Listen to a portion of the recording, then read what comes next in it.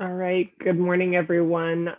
Welcome to the July 13th, 2021 complaint review meeting for the Arizona State Board of Pharmacy. My name is Lori Walmsley. I'm the president of the board, and I will call this meeting to order at 8:30 a.m. Dr. Gandhi, can you please take roll call, please? Certainly, Madam Chair. Thank you. Ms. Walmsley, Here. Ms. Nair, Here. Mr. Minkus, Here. Mr. Dang. Mr. Dang, you're on mute, sir.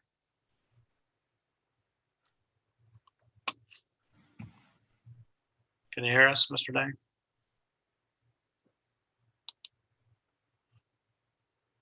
He was here just a minute ago. There he is. Kevin?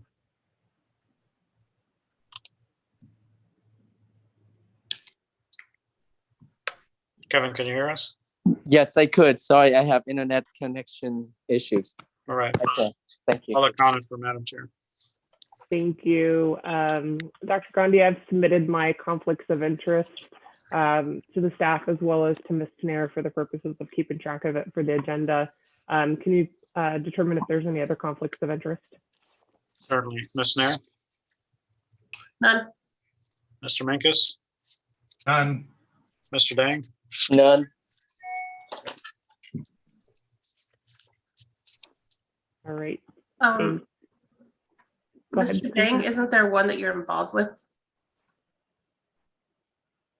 Oh, sorry. Yes, sorry about that. I am starting my opening up my computer right now. I just got into my office. I believe it's 4AL 210208. You're just used to saying no. Regarding an employee. Can you hear me? Yes. Yes. I'm getting myself situated in the office. So Why don't we take that one first then, to give him a chance to get settled. Does that sound okay to you, Kevin? yes, thank you. All right. So item 4AL, complaint number 21-0208. A pharmacy technician was terminated for unprofessional conduct and for being unfit for duty. The pharmacy technician failed to comply timely with the board order and update her employment information with the board.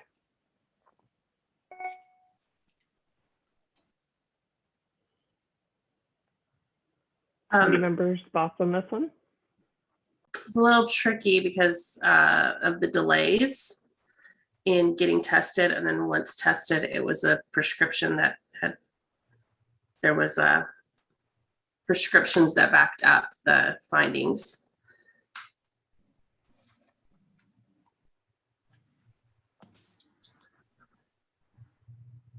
I would move to dismiss.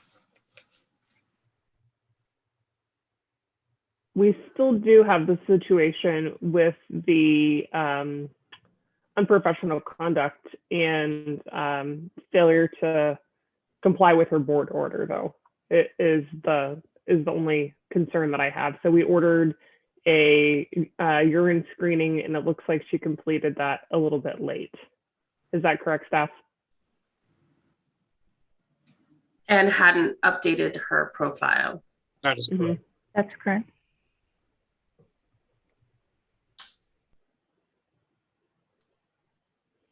We only ordered the drug screening. Yes, that's correct. Okay.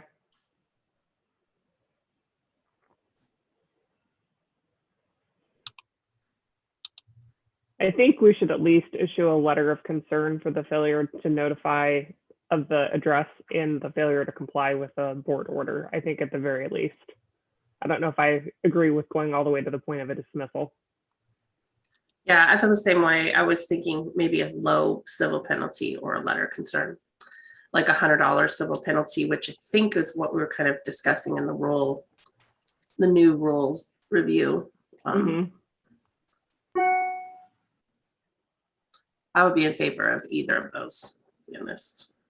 What do you think, Ruben?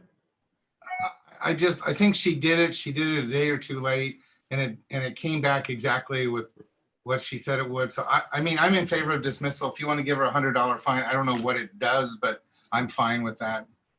So maybe let's go in the middle. So my recommendation would be, my motion would be for a letter of concern. I would be in favor of that. I would second. your- Non-disciplinary letter of concern. I'll second that.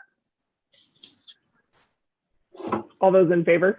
Aye. Aye. Any opposed?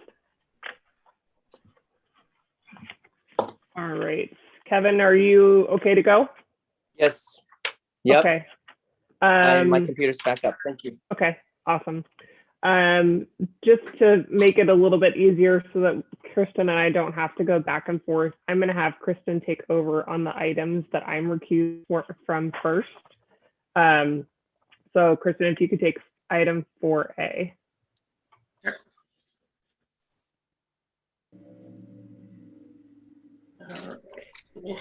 Get up there. Okay, so 4A, pharmacy allowed a certified technician to work prior to receiving her Arizona State Certified Technician License or temporary emergency license. I feel like the person had their NAB passport, and it seemed to me like this was a misunderstanding. I was kind of leaning more towards a dismissal. Any thoughts, Agree. Kevin? Yes. Okay, I'll make that my motion, is to recommend a dismissal.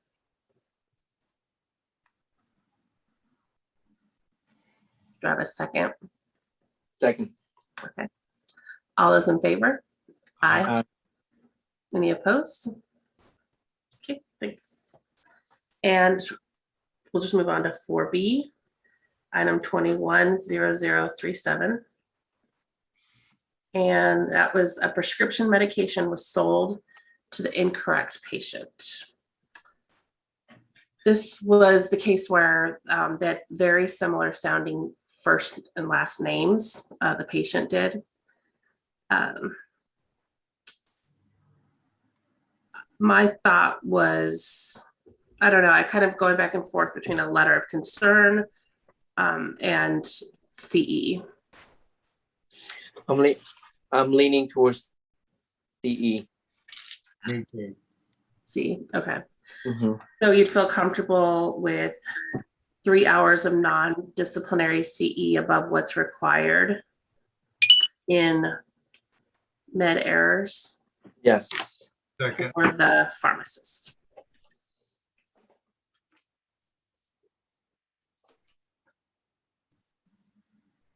If not done, Seth, were you just gonna help me with that part? The question was it 90 days? Done within 90 days. Mhm.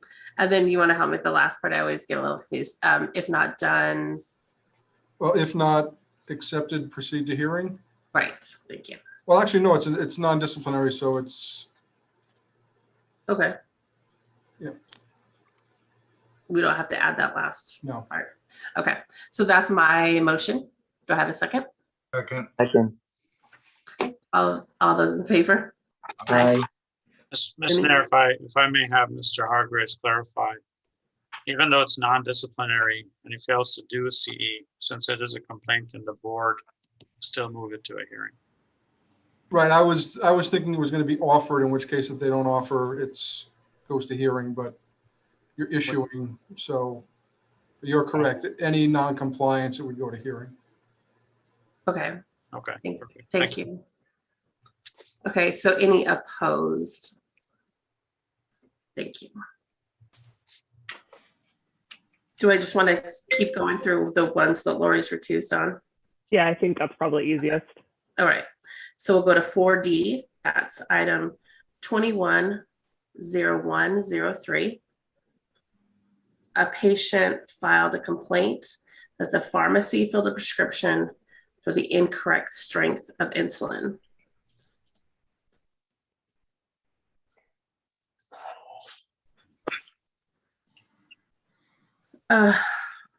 Okay, so on this one,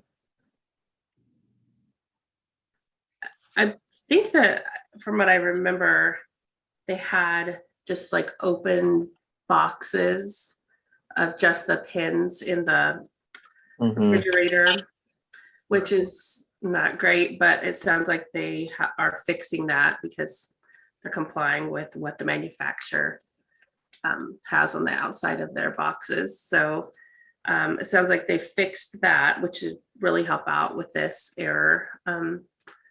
And the procedure just wasn't followed correctly with scanning. I was thinking 3 hours of CE for the tech and the pharmacist. And in this case, I wasn't thinking about adding the pick. I was thinking just the pharmacist and the tech. I agree. So 3 hours of CE, in my opinion, insulin is a high-risk medication. The topic for the CE would be high-risk medications. Okay. Could we say or insulin related topics? No, I think by having both the tech and the pharmacist take CEs on high-risk medications, that would be more beneficial to them from the educational standpoint, because high-risk medication covers many other medications, not just insulin. And there's a reason why regulatory bodies such as Joint Commission label these medications as high risk. So I think as pharmacists and techs, they should know and understand the importance of dispensing high-risk medications. Okay, I'm fine with that. Do you want to go ahead and make the motion then? Madam Chair, Sure. before we do, Kevin, can you confirm that there's high-risk medication RCEs available? High-risk, high-alert medications. I'm querying right now, trying to find it. I don't want to. When you say high risk, I think of REMS. I don't know. I'm not sure, but if you think that's something that's out there. The topic of high risk and high alert medications always come up anytime we have surveys. I can search for the CEs real quick, Cam.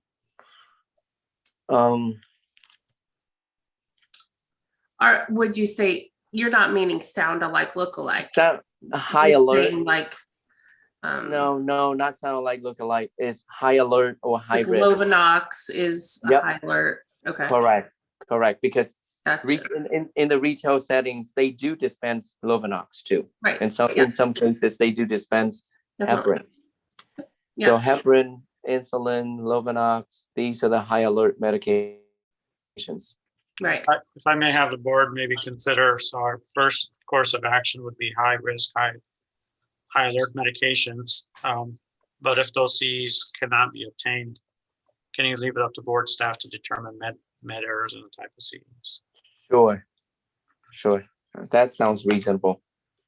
All right. Do you want to form that into a motion for us? Sure. I would make a motion to have both the tech and the pharmacist, Reed and Mills, to complete 3 hours of CE on high risk, high alert medications, the storage and dispensing of these medications, and the 3 CE credits are in additional to what's required by the state.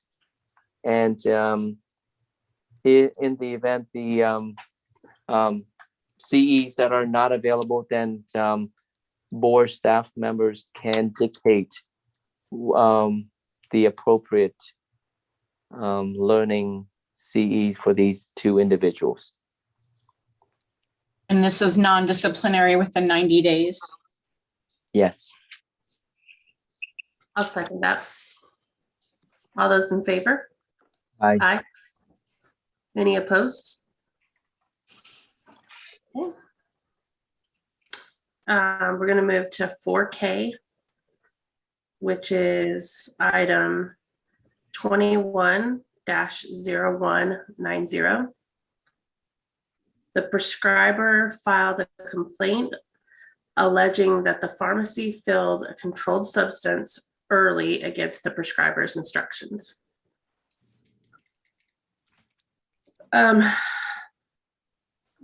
So it does look like it was filled early. It's one that has those pre-printed on top of the prescription, right? Yeah, it has that do not dispense before date that's automatically put on there. I think is a little confusing. It was filled early. Does anybody have any thoughts on this? Like almost 2 weeks early. Yeah, and they didn't use the PMP, which is also troubling. I was thinking a letter of concern, and the letter of concern would address both. Hopefully, that it would address both the issues of checking the PMP and filling it early. What about CEs on dispensing of controlled substances? We could. I guess I thought it was a little different, but I don't know. What's your thought, Ruben? Yeah, I believe we should add the CEs. You do? Okay. I agree with Kevin. I think we should add them. Mm-hmm. 3 hours on, I don't know. Controlled substances. Okay, controlled substances. I think that would be. And that would be just for the pharmacist that dispensed it, not involving the pick or the permit, right? Yeah. Do you want to make that a motion, Ruben? Motion for 3 hours of CE on, what did we say? Controlled substances. Says, that's that. Second? Do we have a second? Second. Okay. Yes. If we can have discussion, I just had a quick question on that one. So 3 hours of CE, we already have 3 hours of CE on controlled substances for addiction. Is that in addition to? Yeah, I would say. What's your thought, Ruben? Yes. In addition to. Yeah. I agree. Okay, just to clarify, it's as we said before, to be done within 90 days. Let's see, it's in addition to, and it's non-disciplinary.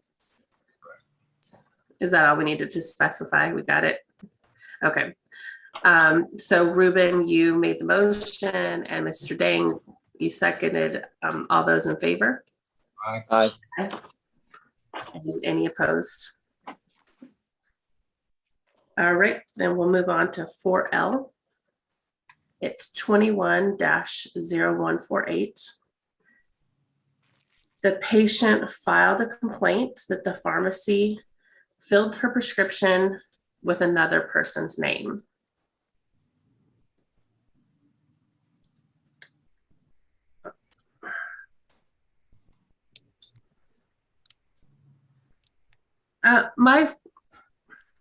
My thought, the patient had a very similar first name and the same last name and the same address and the same date of birth. I was thinking dismissal on this because it was their twin. I agree. Okay, so the first case, I believe it was 4A. This is pretty similar to 4A. The names or the initials may be similar, but then in the other case, we require CE. Should we do the same? No, I agree. I get what you're saying, but this one actually had the same address and date of birth. So, I mean, that's just added level of like confusion. That, I mean, I definitely think you should get the right medication to the right person. There's no question. I don't know. I understand what you're saying though. What's your thought, Ruben? Well, we dismissed 4A, if that's what Kevin's referring to. And if this is similar, then we should dismiss this also. So I would be. No, I'm not for 4B. He's talking about 4B. 4B, sorry. We gave 3 hours of CE on 3 hours of CE for 4B. and it was a similar sounding patient names. I'm still.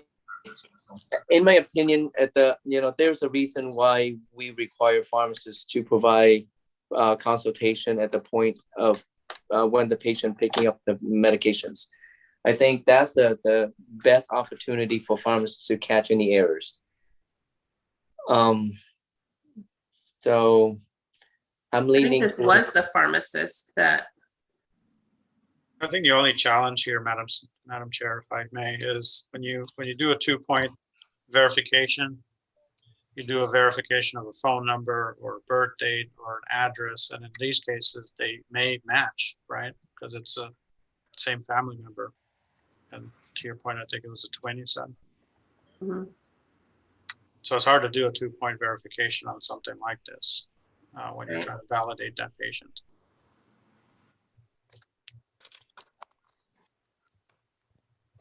Ms. Snare, this is Sharon Richardson. Mhm. I just wanted to point out on this one for clarification, the patient never received the medication. This was discovered at the out window. And she did not take the medication.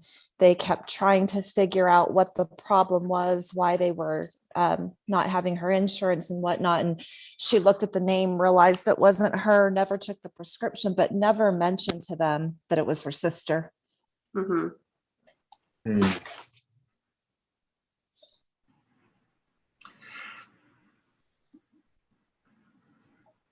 Motion to dismiss. I'll second. All those in favor? Aye. Nay. Aye. Okay, sorry. Let's try that again. All those in favor? Aye. Ruben, did you? Aye. Any opposed? Nay. Okay, thank you. Seeing that there was no actual violation, I feel like, a dismissal is appropriate, but that's my opinion. We'll go ahead and give that recommendation to the board. And we'll move to P, 4P. It's number 21-0179. During a routine inspection, it was discovered that an employee was working as a pharmacy technician without a license.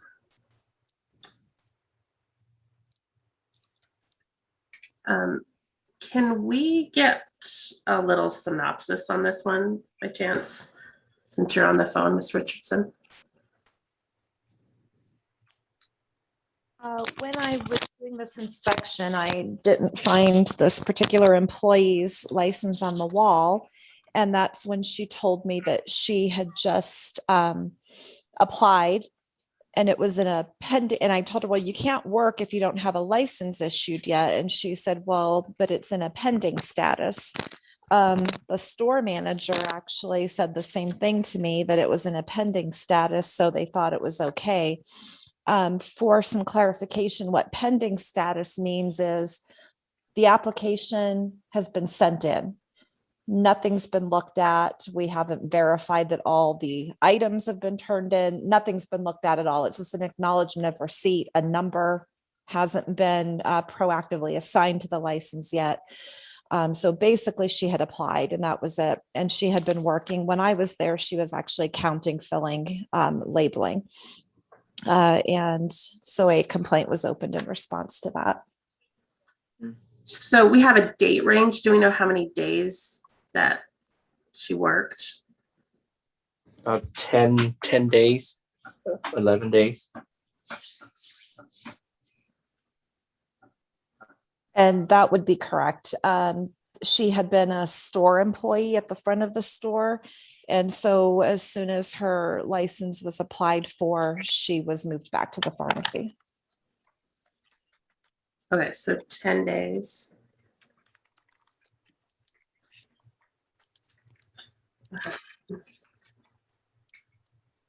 We do have our grid here somewhere.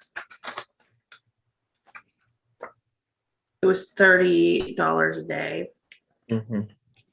not to exceed 300. Okay, so I think in this case, both obviously the pick was confused on what the rule was.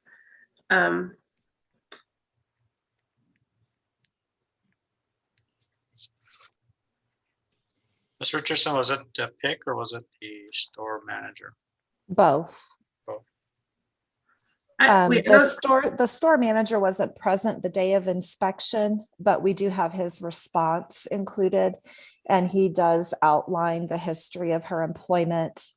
Said that she had been working in the pharmacy as a clerk since February 9th. And then once he was informed by her that it was up on the website, is what she phrased it as, that she began working as a tech. He didn't verify that she had a license or ask for a copy of it, though. I don't see the technician's name on the complaint. That is because she was not a licensed technician, so she's not a licensee with the board. However, I believe her application now is complete. And if I remember correctly, I think I saw her name on the agenda as a separate issue now to review her application. Oh, okay. That's correct. She's on the agenda. All right, thank you. All right. You might want to consider taking her application in this matter together and perhaps grant her application on the condition that she signs a consent agreement for a civil penalty in the amount of $300. But we have an application and not a complaint. But you would still have the authority to issue her or offer her a consent agreement for a civil penalty for practicing without a license. Okay. They can also defer the action on the applicant to the full board to discuss with the application. And if they're going to take action against the PIC or others, have that recommendation as part of this item. Kind of bifurcate it.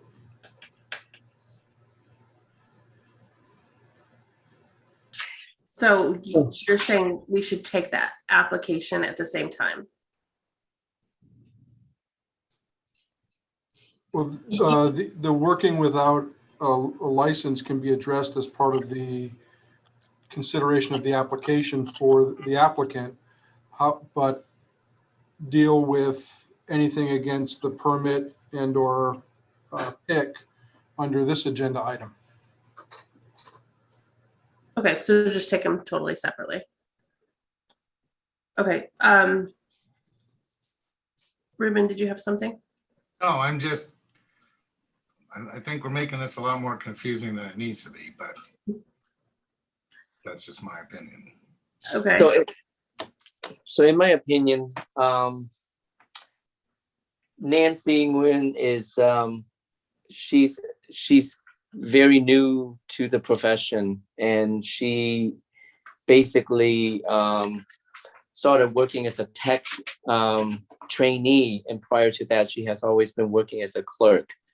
So I don't think she would know too much of what the law requires. And with that being said, I think we should find the PIC or the permit holder instead of imposing the fine to Nancy. That's just my opinion, because someone who's very new to the profession, not very familiar with the laws, and I try to put myself in Nancy's shoes. If my boss comes to me and say, yes, you can work, and I'm completely new to the field, I would say yes. When would be my starting date? Does it make sense? So I think we should hold the permit holder and the PIC accountable for allowing her to start working without the official license. Okay, so right now we're just talking about who is named here in the complaint, as far as I understand, and she's not named in this complaint. But the logic that you have I feel like could be argued that someone new to the profession should be aware of what they can and can't do. But I also believe that someone that she's giving information to should also be aware that pending status means that you're not able to be working, and they should have that information set as far as who is able to be performing certain duties within the pharmacy. So I do think that at minimum, either a civil penalty or a letter of concern should be given. What are your thoughts on that? Which way would you go? To who, the permit holder? I was well, Difficult I because don't know. the tech isn't named. right. Either the supervisor, right, the tech is not named, so we're not discussing that, but the supervisor or the PIC is what I was thinking. Can we impose a fine to both the PIC and permit holder? Okay, what do we feel comfortable with for a civil penalty? $300, because that's $30 a day for allowing the tech to work without a license. That was what we have on our grid for technicians. You want to give that same for the PIC? Okay. Do we know what we've done in the past? I think typically we've given CE for the PIC. That is on your grid for Yeah. under the technician, you have, But we're not discussing the tech now. right, but when you're dealing with a technician working without a license, on your grid, you also have kind of CE for guidance the for PIC. the permit holder and the PIC. Right. Mm-hmm. Are we wanting to do a civil penalty for the permit holder? Yes, You do? I do. I was not leaning that way. And the reason being, I think they probably have a great system. It just wasn't followed. So I was thinking more towards the people who didn't follow what was expected. And that kind of falls to the supervisor. So how I was thinking maybe a $250 fine for the supervisor and for the PIC.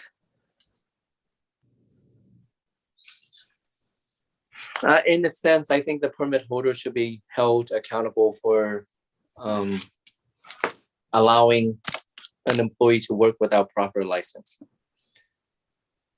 It works both ways, because ultimately the permit holder controls everything in the organization, correct? So if we were to, if we find the permit holder, hopefully down the road, before anytime when a new employee start, the permit holder will remind, because PIC changes. Today they may have one PIC, but who knows? Next week they may have a brand new PIC. So the permit holder need to be held accountable, so that way, in the future, whenever there's new employees starting working for this pharmacy, the permit holder can remind whoever the PIC is that proper licensure is required before we can allow any employee to start working.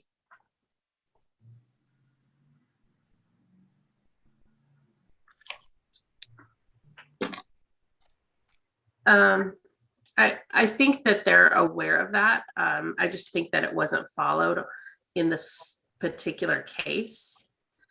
But I would be in favor of a letter of concern for the permit holder and a small civil penalty for not following the proper procedure for the supervisor and the pharmacist in charge. I'm more on the lines with Kevin. I think the permit holder, maybe we get their attention if we start finding them, that they make sure that this rule is followed. If everything's in place and nobody's following it, why have the rule to begin with? So I'm kind of leaning with Kevin. Let's give them a little fine and wake them up and say, hey, this is one of the things that you need to do. Otherwise, we're just going to have another 30 of these things every week or every month or whatever it is, every other month. So I'm fining the permit holder also. All right, do either of you have a motion that you'd like to put forward? Kevin has the motion he'd like to present.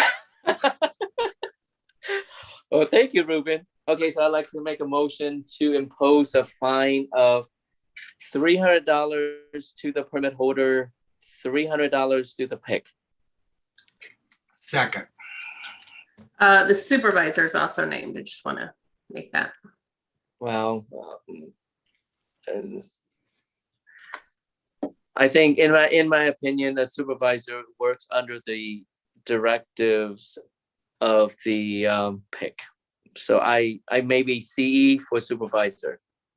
Because if my boss comes to me and say, okay, let's start the paperwork for that employee, well, I have to listen to my boss, right?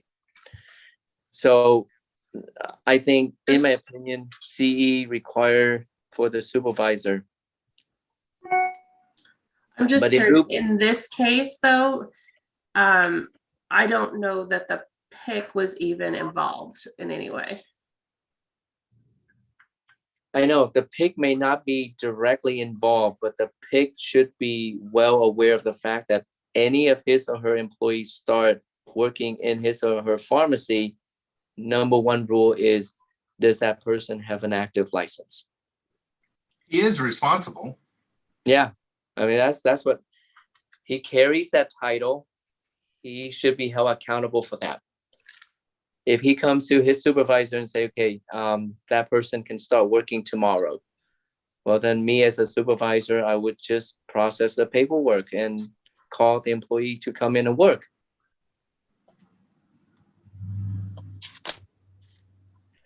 But that's why I think the supervisor need to be reminded that proper licensure is required, is imperative for all of the pharmacy staff. That's why I think CE would be appropriate for the supervisor. This is disciplinary CE. If I may, this is Jennifer, and Sharon might have a comment on this, but the supervisor mentioned in the complaint, I believe is like a district supervisor. Correct. He's the district manager. The ones at store level was a store manager who is not a licensee, as well as the PIC. Oh. Yeah, if the person's that removed and we're already going with the permit, I would not want to go that way personally. So if that, thanks for the clarification, Jennifer. If that's the case, if the Like a supervisor is a district manager. Yeah. district manager, then let's my motion is to impose $300 fine to the PIC, the district manager, district supervisor, and the permit holder. I thought you were saying you didn't want to include the districts. What now with the clarification, Jennifer clarified that the supervisor, he's a district supervisor. So pretty much he is overseeing the PIC. Okay, so can you repeat what the civil penalties were? $300 for each. Yes. All right. Now, when you say each, can you just kind of clarify again who each is? The PIC, the district supervisor, and the permit holder. Okay. And to be paid within how long? 90 days. And if not paid, proceed to hearing? Yes. Or not accepted, proceed to hearing, both? Yeah. Yes. Okay, so that's the motion. Is there a second? Second. Okay, all those in favor? Aye. Any opposed? Nay? Kevin, did you vote aye? I did, yes. So one opposed, Ms. Snare. Right. Okay. We're gonna go on to 4Q. That's number 21-0175. A patient complained that the pharmacy shorted her prescriptions for controlled substance medications.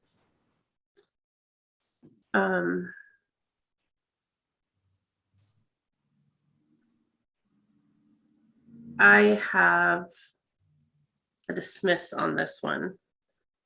I just don't know that there's proof of what took place.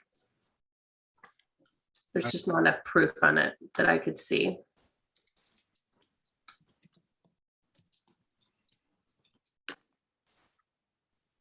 Move to dismiss. Okay. Mr. Gandhi, did you have something you wanted to add? No, Madam Chair. Okay, your name lit up, so I didn't know if you were trying to get in there. Okay, so I'll make that my recommendation. Do I have a second? Second, like you said, we can't prove it. Okay, all those in favor? Aye. Aye. Any opposed? Okay. All right, and now we're going to 4X. Number 21-0226. An insurance company filed a notice of insurance claim stating a patient received half the dose of diltiazem as prescribed and experienced a raise in blood pressure.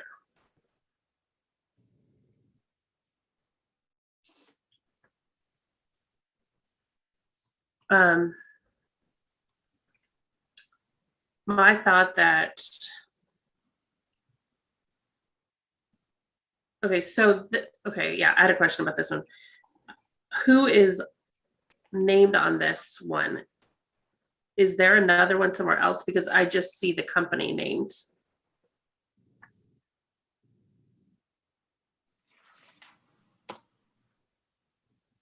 If you keep looking Oh, down the page. I see. Yeah, I see it now. There are lines in between. That's all. Okay, that threw me. Okay, gotcha. Okay, so my thought was for the technician and the pharmacist to have CE. Do you guys have, and I'll specify and make it an actual thing if you guys agree or have any other thoughts you wanted to add. These on what, meters or hypertension? Could be either. If there's specific enough hypertension CEs available. Oh, there's plenty of those.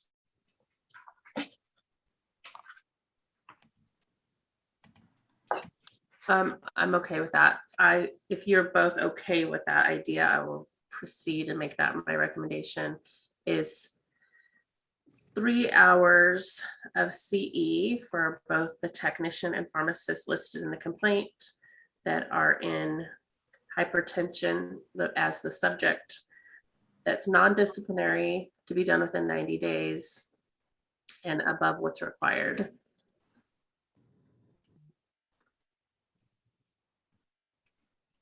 There are 2 technicians listed. There's 2, okay. I was under the impression there was just one involved.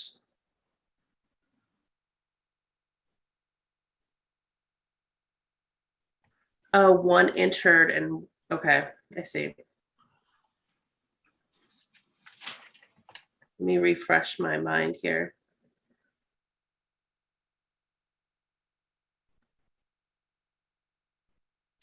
Oh, right. I was debating whether to include that second technician that went in and for a different purpose.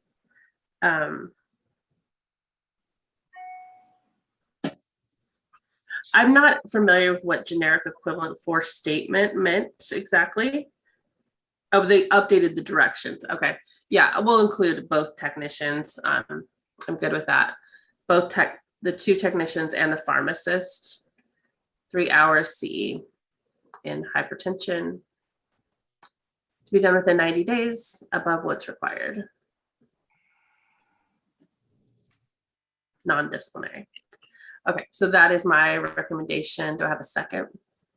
Since it's non-disciplinary, what I'm thinking is to have both the tech and the pharmacist take 3 hours of CE in hypertension, in the topic of hypertension, and 3 hours of CE for in the topic of med errors prevention. Since it's a total of 6, just my thought. A lot I of just don't think it's consistent with what we've done. When they've something that is a little more, I just think it's a little high. It's not consistent. Okay. Ruben, what was your thought? I was more on the page of dismissing it, but I'm okay with that. Not 6 hours. I think that's overboard, but Too high? Yeah. 3 hours I'm okay with if you want to do Okay. it. So I made the recommendation. Do I have a second? Second. All those in favor? Aye. Aye. Aye. Any opposed? All right, we'll move now to 4Y, number 21-0139. Licensee failed to report charges within 10 working days. I just have that it's a civil penalty of $250 for failure to report. Agree. Okay, so that's my motion. Do I have a second? Second. All those in favor? Aye. Aye. Any opposed? Okay. We're going to move to 4AB, item 20-0411. This is regarding drug utilization review. This one, to me, I was going to recommend a conference. I think there's a lot of things going on here. I'd be curious to learn a little more about it. Does anybody have any other thoughts? Agree. I agree with you, Kristen. So I'll make that my motion. Do I have a second? Second. All those in favor? Aye. Any opposed? Okay. Next is 4AE, number 21-0218.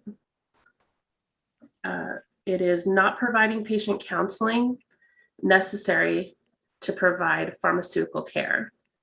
There's no documentation of oral consultation accepted or declined. So I was trying to remember this circumstance here. Was this one the retired pharmacist? Let me just double check. Oh, no, not that one. Okay, so what was our thought on counseling? Do we have like a standard on that one, or what have we done in the past when there wasn't counseling?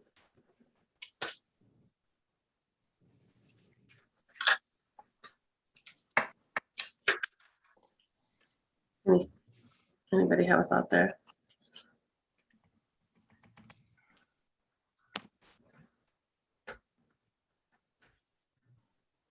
Okay, so have we offered a civil penalty in the past for not counseling? I believe we have, Madam Chair. Do we know what that number was by any chance? It happened such a long time ago. I don't. Yeah. Okay.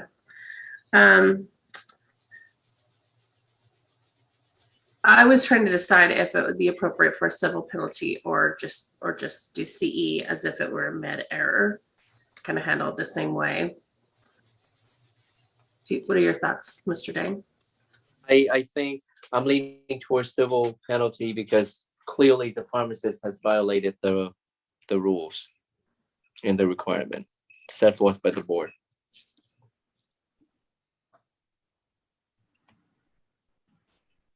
Yeah.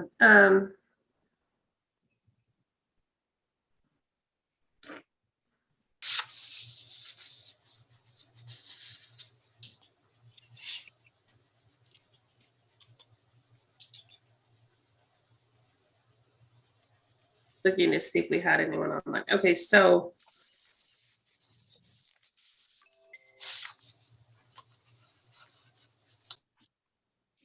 okay. It's a little tricky if the pharmacist was even notified or not. They may or may not have heard it. The technician kind of maybe was a little timid, maybe didn't speak up in this case, saying that they needed counsel, and then the patient walked off.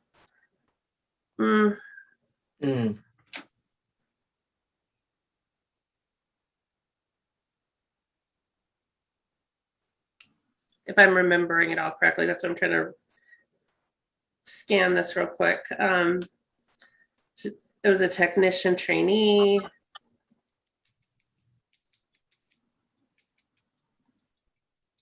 That asked if they had questions, and the person waited for a minute to talk to the pharmacist that was already counseling someone else and then walked out. And I believe not that it matters, but I believe the patient is a pharmacist, right? Yep. I mean, it doesn't matter about the conditions, because if it wasn't followed, then it wasn't followed. So I'm kind of leaning away, either a smaller civil penalty like 100 or CE is what I'm going back and forth between. I just feel a little different because the communication maybe was a little lacking. It wasn't maybe as much of not doing it or not knowing to do it or not. That's what gets me a little on the fence. What do you think about that? So here's my thought.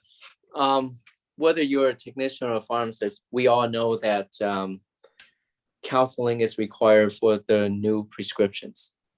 In my opinion, I think the technician, we should have the technician take 3 CE credits on patient counseling, although the technician is not involved in patient counseling, but it's good for the tech to know that patient counseling is required for all new medications. In this case, had the technician approached the pharmacist and reminded the pharmacist that these are new prescriptions, patient would need counseling, then we would not have had this problem.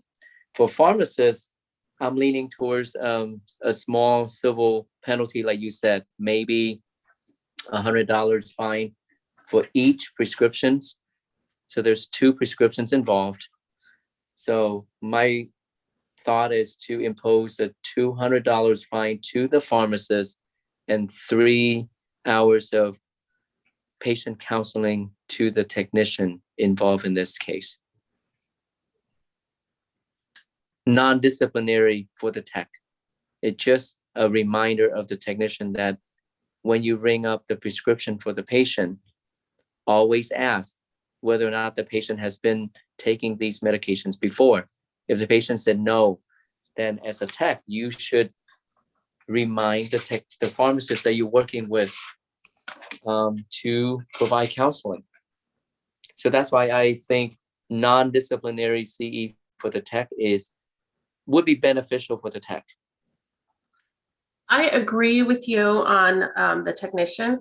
I'm thinking for the pharmacist, maybe $100 civil penalty, but I would want it to be more on the fact that there was no documentation of the counsel, because the communication of whether a counsel was needed is not clear here. And I don't know that I would want to hold someone responsible for not counseling when they're not aware there needs to be a counsel.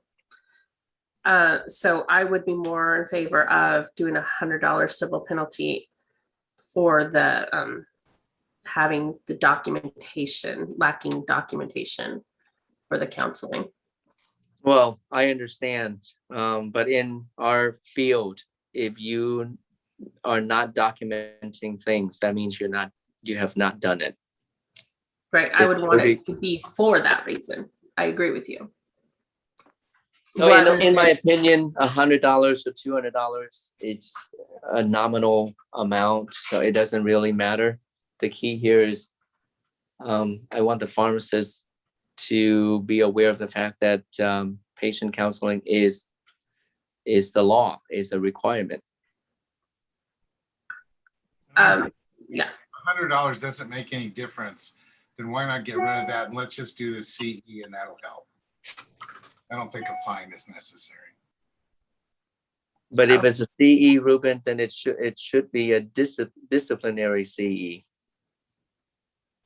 I don't feel like this case warrants that. Personally. I'm fine with the CE. I'm against the fine.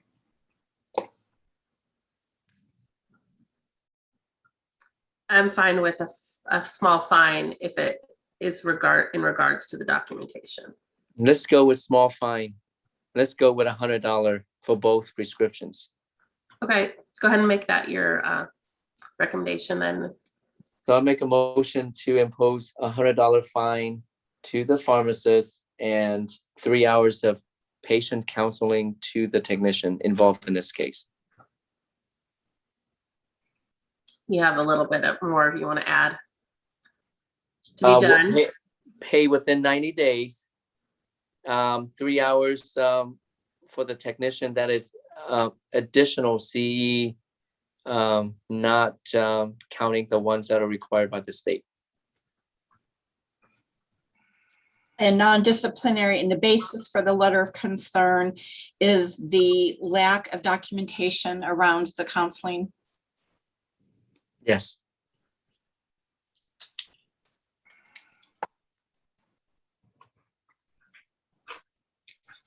Letter of concern?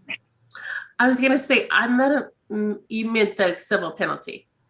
It's a little concern for the technician because non-disciplinary, but fine, the $100 fine. Right, I'm sorry, the civil penalty for the pharmacist for the lack of documentation, $100 for each of those scripts, and then CE for the technician. For the technician. Yep, got it. Thought we left with 100 total for the Yes, 100 total. total for both Yeah. scripts, yeah. And non-disciplinary letter for the technician? Technician, correct. Non-disciplinary letter for the technician. I thought you were saying CE. Isn't it CE not, we do require the tech to take CE, but non-disciplinary, right? Right, but are you suggesting a letter and CE? In conjunction, Madam Chair. You can do a letter of concern with CE, it's just all in one. Okay, Yeah. okay. Well, what CE did you want to do, Kevin? The patient counseling. 3 hours? Yes, sir. And a customary 90 days and blah, blah, blah, right? Yes. All right. Okay, I will second that. Do we have any other questions before we take a vote from Seth or Jean? No. All those in favor? Aye. Any opposed? Madam Chair, if I may interject. Yeah. I actually want to revisit 4P if we can. Sure. I'm reviewing the cases as we move forward, and I know we Yeah. imposed and the committee voted on permit holder $300 fine, PIC 300. Mhm. And I'm reviewing the case. I'm reading the district manager's response and trying to figure out how to draft a consent agreement for 300 for her, but I'm having a hard time visualizing it because it feels like she came in after the violation was already issued. Doesn't seem like she was involved with the hiring process. And then after she was made aware of it, then she educated the pharmacy supervisors, educated the store. So she actually played a positive role in this whole thing and wasn't involved in the hiring or authorizing this person to start without having a license and stuff. So I don't know how to write this consent agreement, so I'd like it revisited. What number? 4P. It's 21-0179. And also, if I can clarify on that one, the district manager in this case provided a response as a representative of the permit holder.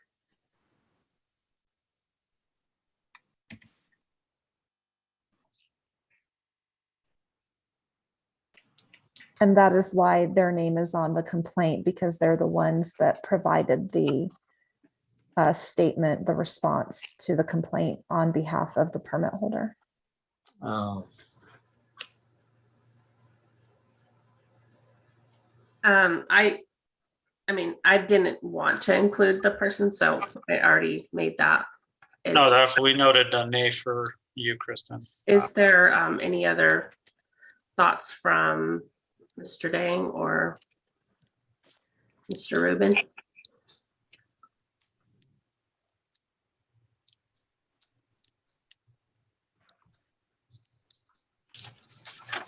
You feel like Well, you should exclude the supervisor, district supervisor?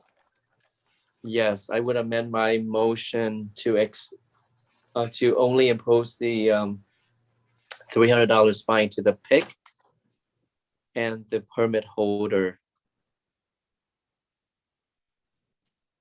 Okay, and Ruben, you must have had the second. Okay. You amend your second. Okay, all those in favor of that amendment? Aye. Any opposed? Thank you, Madam Chair. Thank you. All right, Would skip for AD. for AD. Oh, I didn't think that was a recusal. I didn't have Yeah, that. 4AD was it. 4AD, Oh, was- 4AD is a recusal. Yes, it is. Okay, sorry about that. I did not have it noted. All right. 4AD is item 21-0215. Medical preferred liability insurance claim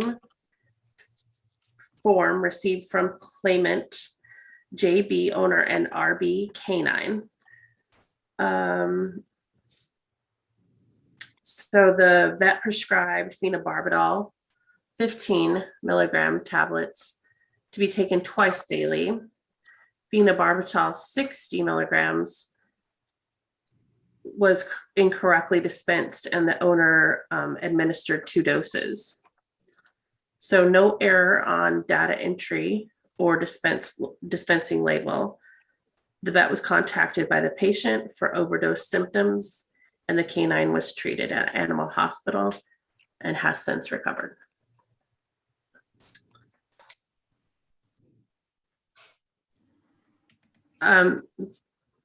I think they handled it pretty well as far as taking care of customer. They paid the vet bill and reimbursed.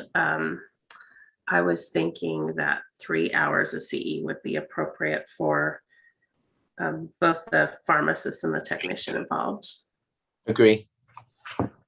I'll make that my recommendation, 3 hours in med error prevention, and it's non-disciplinary to be done in 90 days above what's required. Do I have a second? Second. All those in favor? Aye.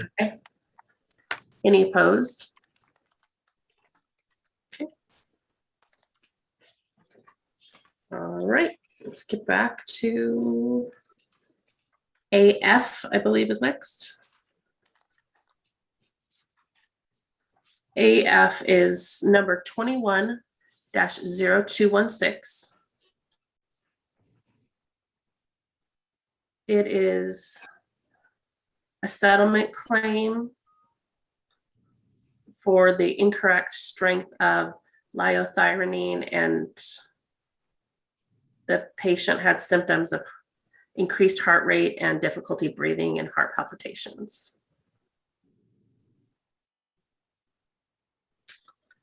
So AF, I wasn't sure how we handle a pharmacist that's retired, if we were imposing any type of disciplinary or non-disciplinary action.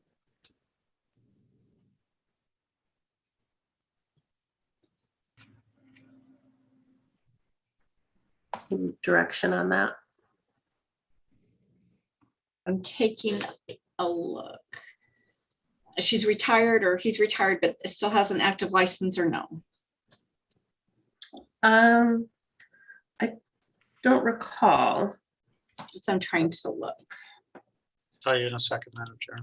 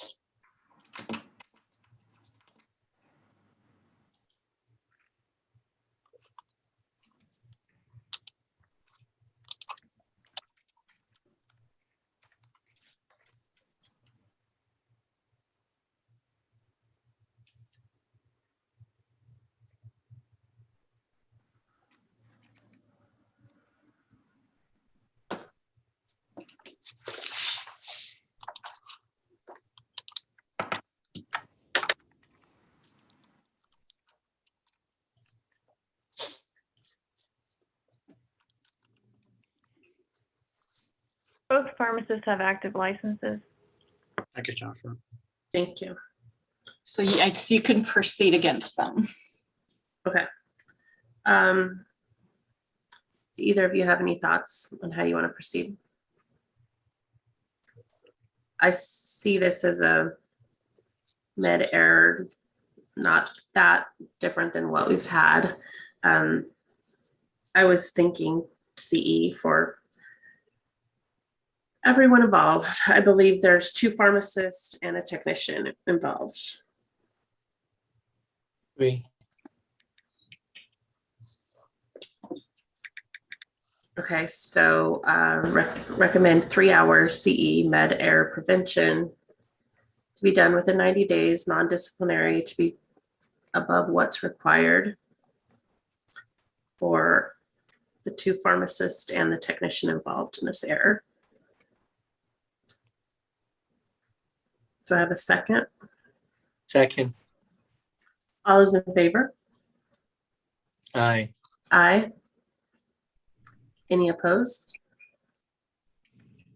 Mr. Minkus, did you vote? Aye. Okay. I so in you're favor. In favor?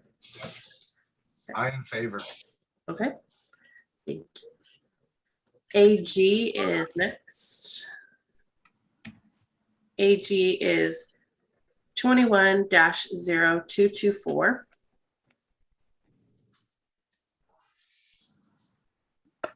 And the patient was given the incorrect dose of Timolol eye drops, and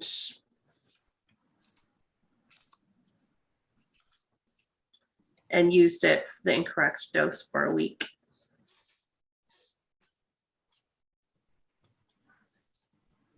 Even though there's varying responses and outcomes, it's the same issue on multiple cases here. I would say we treat them the same, since it's the same error, that they receive 3 hours of CE. Anybody have any other thoughts on that?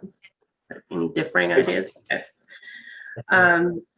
So in this case, I believe we have one pharmacist and one technician is what I'm remembering here.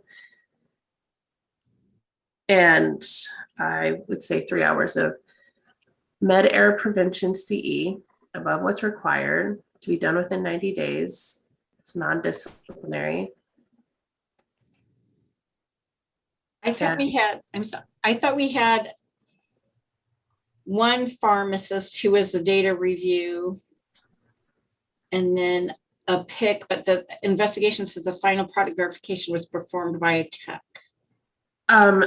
That's in, wasn't the tech in another state? I remember.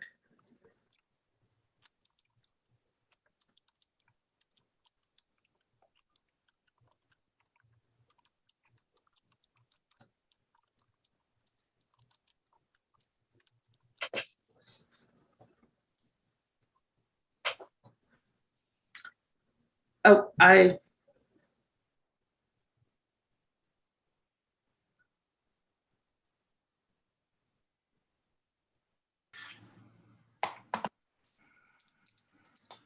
Yeah, the summary, according to the pick, is that she is no longer employed and resides and is licensed in the state of Texas, but she was never licensed here. I was just reading that she was in a different state. I think I'm misremembering the facts here.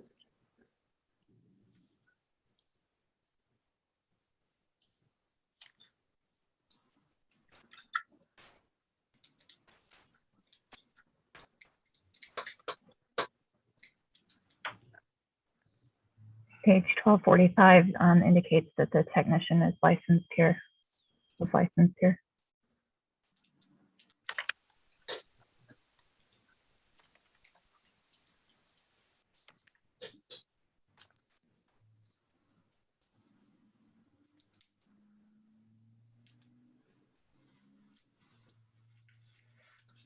So the technician gave the final product review. Is that? How does that work? I guess I'm not clear.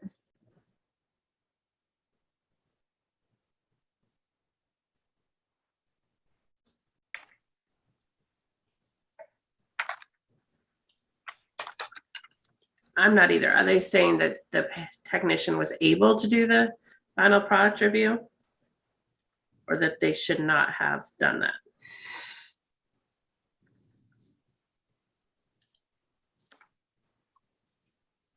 So I guess this Camille Saliba is the data entry, and that apparently according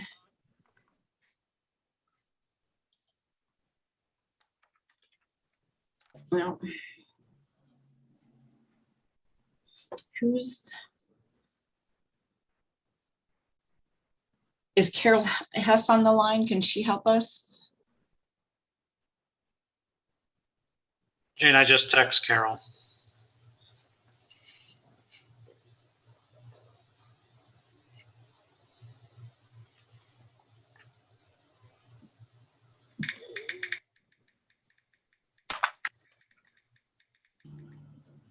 Does look like people have started doing their own CE, 2 hours.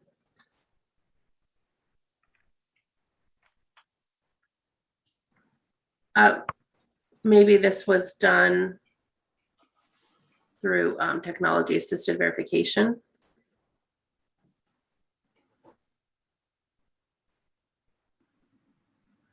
It doesn't say that, but I'm not clear. Carol says she's logging on. Should be here in a sec. When I sent out the notices for this complaint, Carol did not list the technician as a respondent.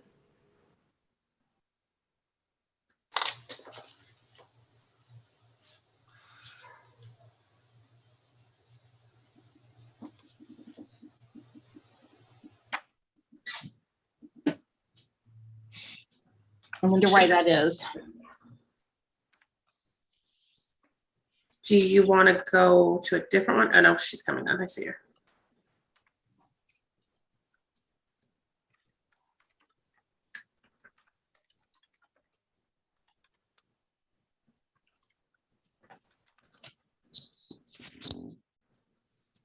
Hey, Cam, it's Carol. Can you hear me? Yes, we can. Thank you, Carol. for No jumping. problem. Which? I'm looking at 4AG, number 21-0224. And we were talking about the technician doing the final product verification. Yes. Can you give us context on this whole situation? Well, this is the mail order pharmacy. They have technicians that are trained to do the final verification on unit dose type things like inhalers, that type of thing. I'm not really sure exactly what your question is. So it was technology assisted verification. Yes, It correct, wasn't an yes. issue of a technician should not have been doing that. Okay. No. I felt it was important to understand that that was actually the pharmacist that was listed. It was the pharmacist in charge because it was a technician that actually did that. I wanted it to be clear, and she did have the proper training. Do you know why, Carol, or remember why she wasn't noticed of this complaint? The Catherine York? She did nothing wrong. I just felt it was important to note that it was a technician that did that final verification, but there was nothing, as noted in the PIC's statement, as she checked exactly what was typed. She had no visual to the actual prescription. Gotcha. All she checked was the product verification. Mm-hmm. And it's all segmented out. Okay. That's correct. Okay. But the technician who did the data entry was the Shanikitha Norman, who made the initial mistake. And that person is not listed.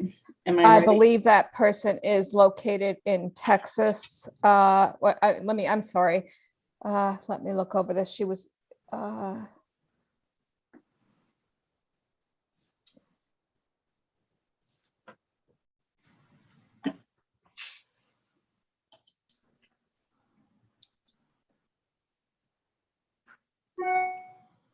that's correct. She resides and is licensed in the state of Texas, and she's also no longer employed with Walgreens. She's not licensed in the state of Arizona. She's not licensed.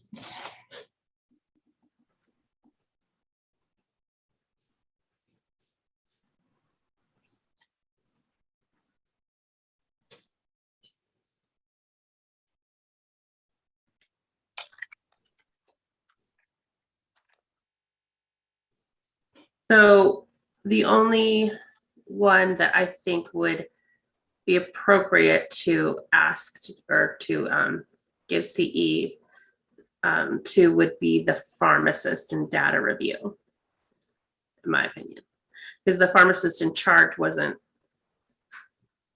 actually involved in this. So I didn't feel like it was appropriate to include the pick, just the pharmacist that did the data review,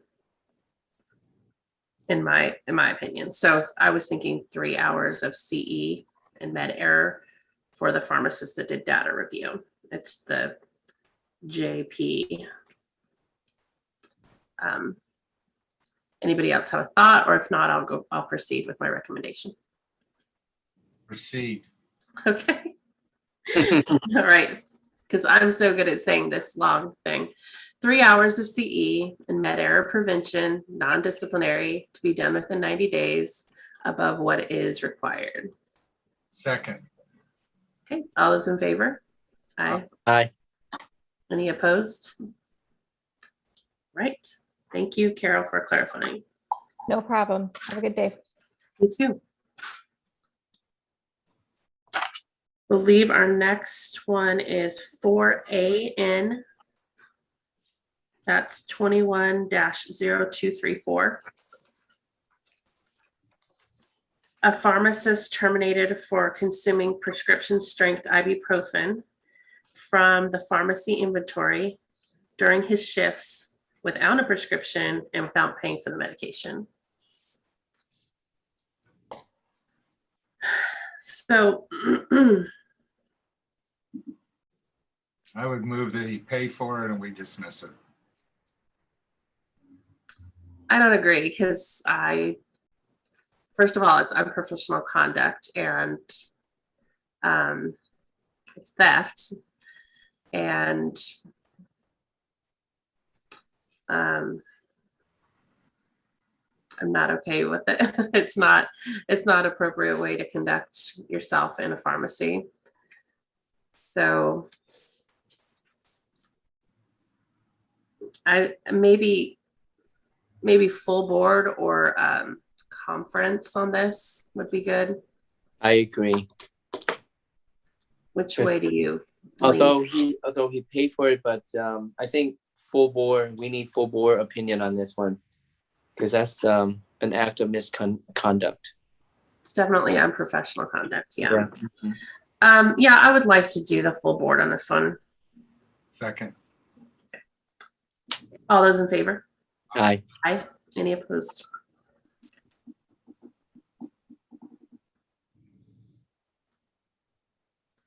And next is for AP 21-0104. A prescription for prednisone 20 milligrams, quantity 15, was inadvertently refilled. So their system kind of held on to the prescription and allowed it to be filled twice. A patient had a reaction to it.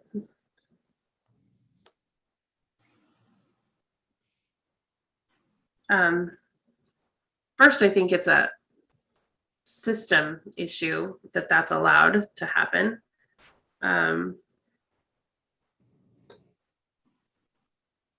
What are your thoughts about the pharmacist involved here?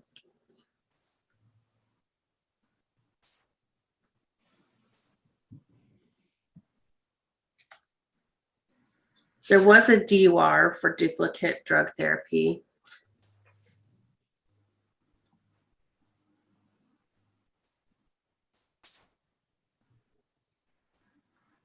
But I think it's a little tricky.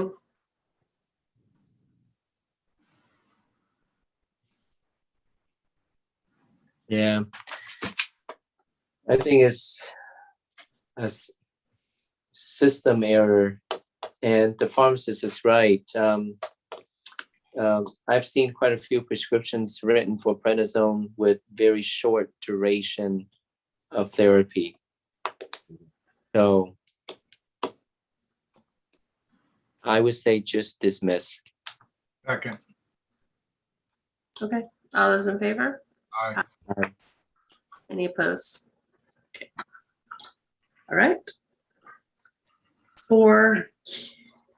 Thank you, Kristen. That is the end of mine, I believe. AQ. I had you listed as one more.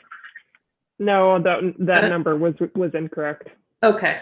All right. Welcome back. How's everybody doing? Are you guys okay to continue, or do you need a quick bio break? It's been almost an hour and a half. Let's do a quick bio. I would appreciate that. Do you want to pick it up at 10 o'clock, top of the hour? That's perfect, Madam Chair. Okay. Sure. So, Everybody- sounds good.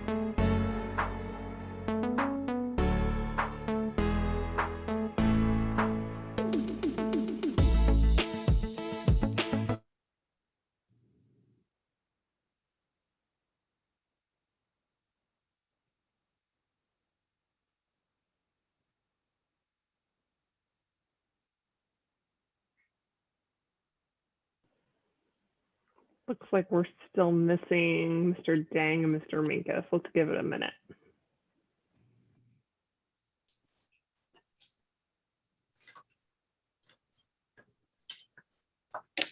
Hey, Lori, quick question. We do have a Yes, form sir. on file for 4AQ as a recusal for you. I just want to make sure that was. Yeah, let me double check my notes. I think I put the wrong item number on there. And Lori, I have a doctor's appointment at 11 that's 10 minutes away from here, so I got it. Okay. Yes, it should have, the form should have been for AP. AP? Yes, I'm not recused on Q. I don't know this individual. And they don't work for us. Back, sorry, At guys. least not that I can tell. Okay. I think we should be good, Ruben. Thank you. We don't have any other recusals today, so I think we should be all right to continue without you. So we'll get us through as much as we can. But appreciate you giving us a heads up. Did we address 4P already, or did we not? We did. I believe it was dismissed. Dismissed, yes. Perfect, thank you. All right.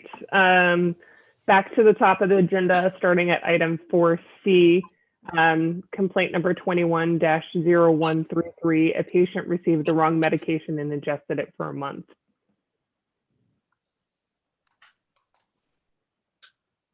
This one looks like a look-alike, sound-alike type prescription error. My recommendation here would be 3 hours of CE above and beyond the normal CE for the pharmacist and error prevention. For Second. both pharmacists, right? For the one who checked and the one who filled. There's, from my reading, there's 2 pharmacists involved, right?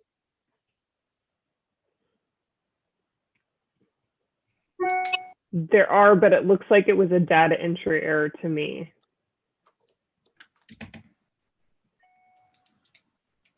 And it was split verification from what I can tell. Somebody read it differently. I thought that Victor did the data entry, verification, filling, and final check. Right, But then Keisha did the Keisha. consult. right. She did the counseling.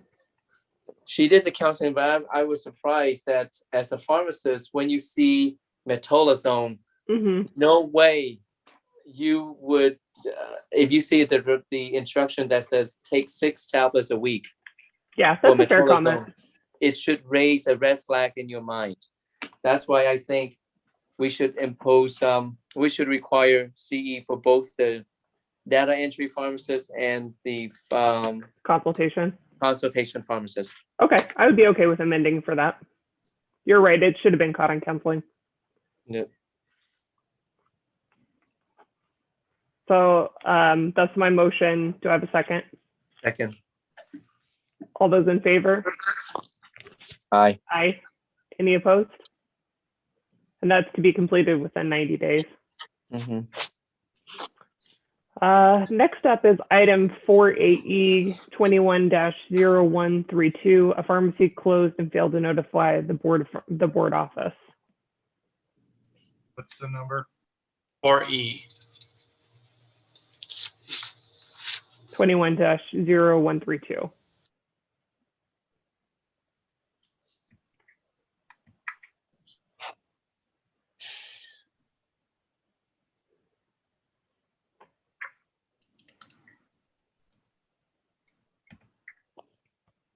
I am talking on mute over here. What have we done in the past? Is that wasn't that part of the rules discussion as well? We're looking at a fine for it.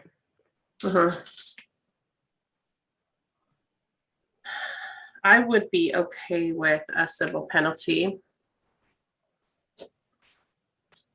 of, I don't remember what we came up with before. If it was 150 or 100. Dr. Gandhi, do you recall?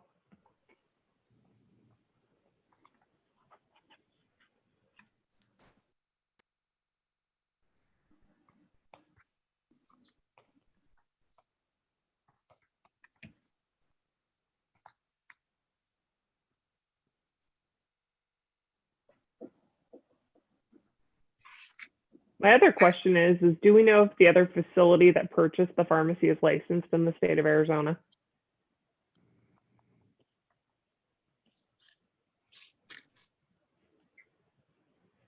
I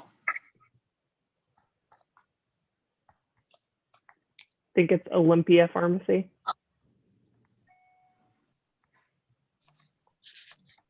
Yes, they are. Did we address this as part of their application? Or is this, we found out this information after the fact? This complaint was addressed, was opened as part of Olympia's application review. Okay.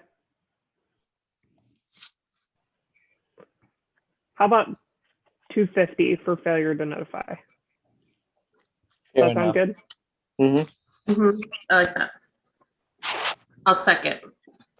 Okay, so consent agreement for $250 for failure to notify to Rapid RX. All those in favor? Aye. If not signed, proceed to hearing. Yes, sir. All those in favor? Aye. Aye. Any opposed? All right. Item 4F, 21-0135. A pharmacist allegedly failed to provide counseling on a new prescription.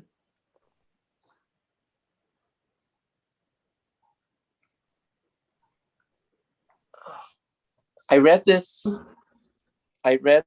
narrative, and in my opinion, I'm a little bit concerned with this pharmacist because she doesn't even know what olmesartan is for. She told the patient that it is for cholesterol. It is a cholesterol lowering medication.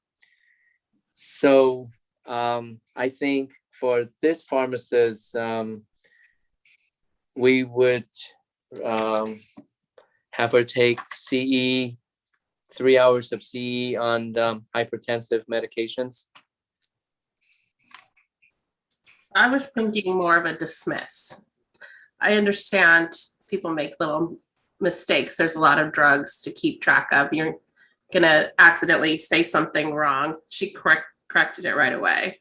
Well, I agree, but she corrected. It took a while for her to send that letter to the compliance officer. Obviously, before you put together a letter, you would do your research, right? And but right there at the moment when the patient came in and picked up the medication, it just clearly shows me that she is not competent, and that could be a concern, a safety issue. What if she's dealing with some dangerous medications and her misleading information can potentially hurt the patient? In this case, the pharmacist has been practicing as a pharmacist for 30 years, so she knows what her husband should be on and how he should be taking the medication. But what if you have a mom and a child who have no clue of what medications are, and then here the pharmacist giving out wrong information? That could be, to me, I think it's a safety issue too. And it's I agree clearly with the CE, Kevin. yeah. So 3 hours of CE for this pharmacist in hypertension.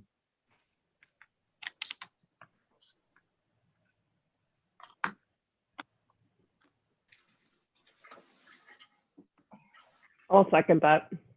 Thank you. All those in favor? Aye. Aye. Any opposed? Okay. All right. Item 4G, complaint number 21-0091, licensee failed to report a charge within 10 working days. This one looks like our typical failure to report type case. I would be in favor of a consent agreement for a $250 fine for failure to report. Second. Sure. Yep. Have a motion and a second. All those in favor? Aye. Aye. Sorry. 4H 21 dash, Just to be clear, and that would be proceed to hearing if not signed. yes, I'm sorry, within 90 days. 4H 21-0098, licensee failed to report a charge within 10 working days. Again, $250. Yeah. agreed. I have a motion and a second. All those in favor? Aye. Aye. To be signed within 90 days or proceed to hearing, Mr. Hargraves.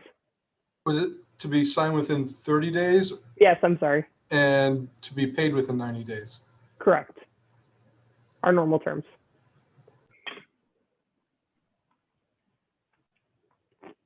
Item 4I, Same. 21-0159, licensee failed to report a charge within 10 working days. Same. Mhm. So what's the motion? $250 civil penalty for failure to report, to be paid within 90 days or to proceed to hearing. Signed within 30. Signed within 30. Mr. Deng, is that your second? Yes. Yes. Second. I have a motion and a second. All those in favor? Aye. Aye. Any opposed? Item 4J, 21-0114, unprofessional conduct, unlicensed technician.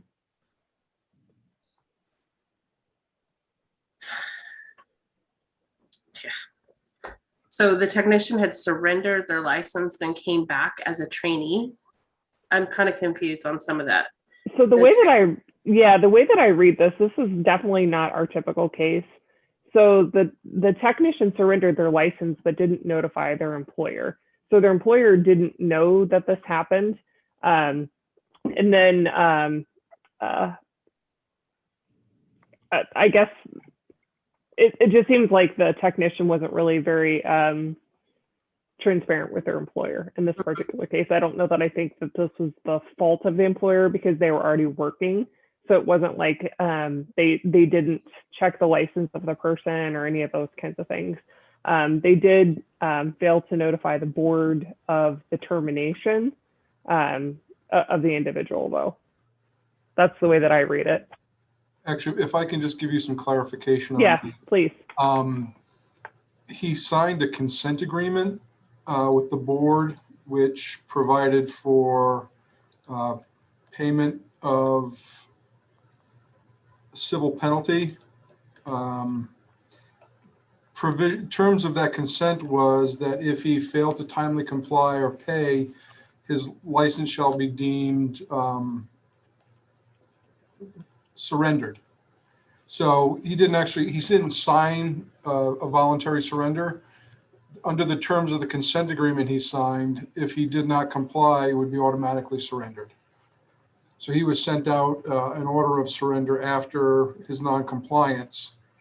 So he didn't technically sign a surrender, but he was surrendered pursuant to the terms of the agreement he had previously signed. Okay, that's helpful. But at the end of the day, he was working for this employer at the time of the incident and then didn't comply with the order, and he didn't notify his employer. The employer wasn't notified that his license was surrendered.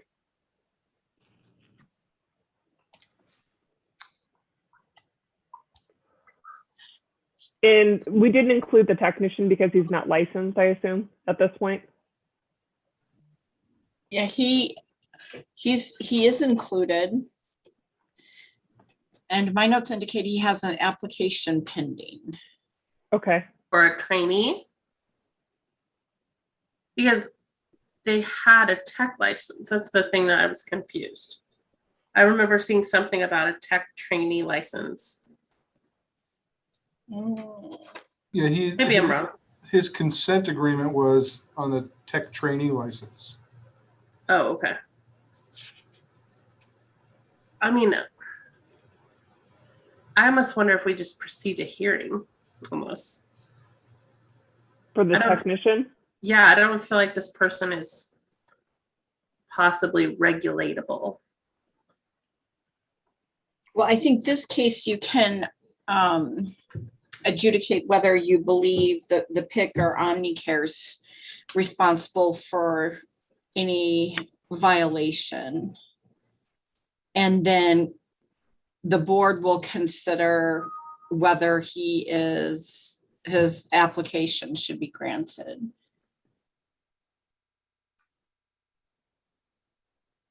The person's listed in the complaint, though. Wouldn't we Yeah. want to address it? But you could refer that part to the board in considering his application. My recommendation would be to dismiss against Omnicare and then to address it with the technician with the application. I'll second that. Yeah. All those in favor? Aye. Any opposed? Aye for me. And then staff, can you direct me just so I make sure when we go to this at the full board meeting, what item number is the technician?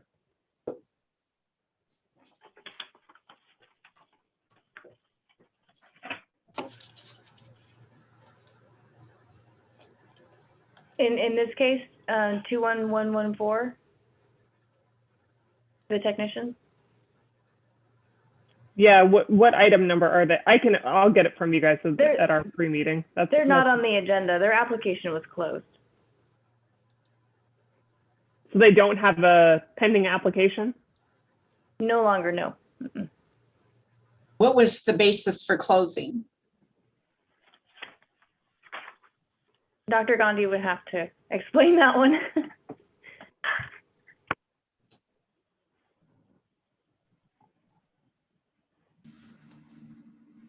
Cam? Sorry, Madam Chair, was muted. I'm looking it up real quick here.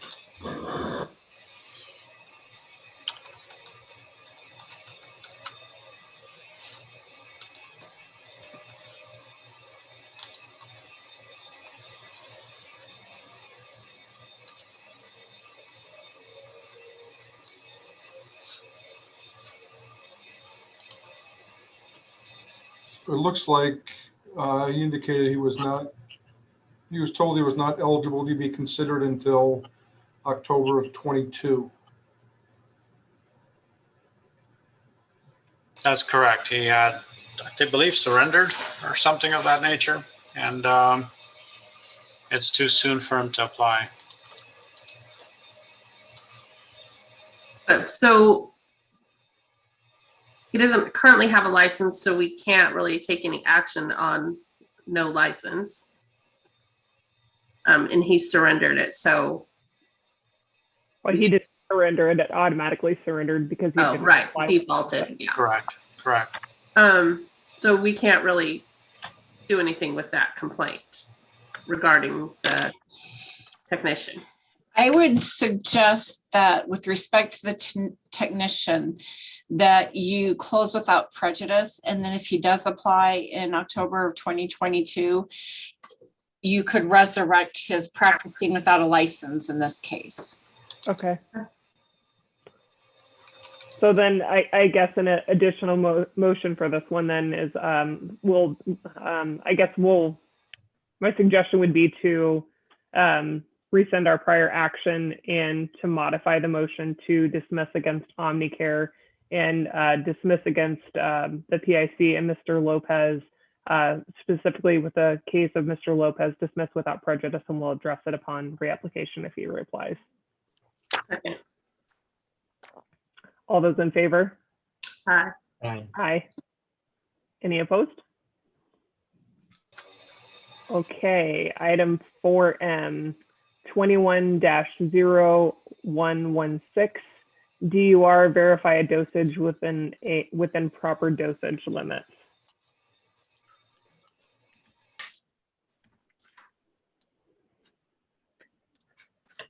I have a conference on this one.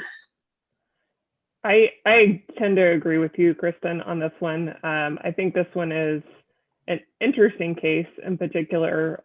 There was a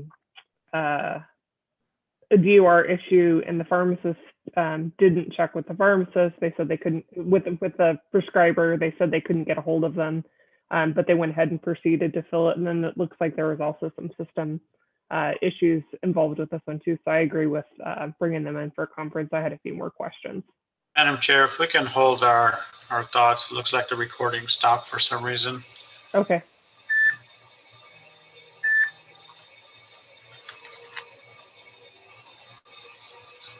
Hey, John.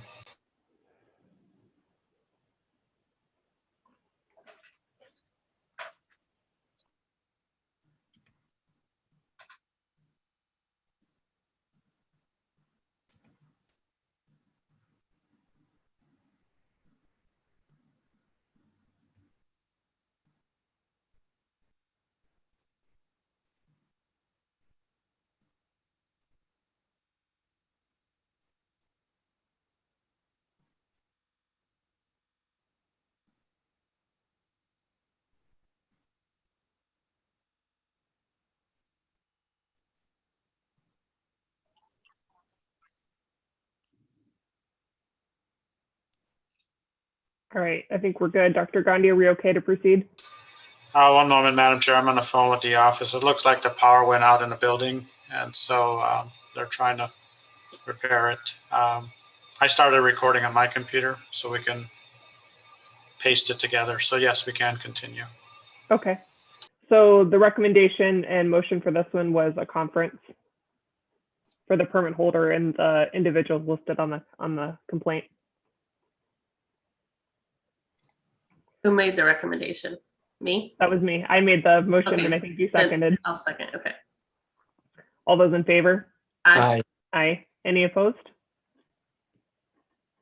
Item 4N 21-0117, unprofessional conduct, failure to perform tasks as trained.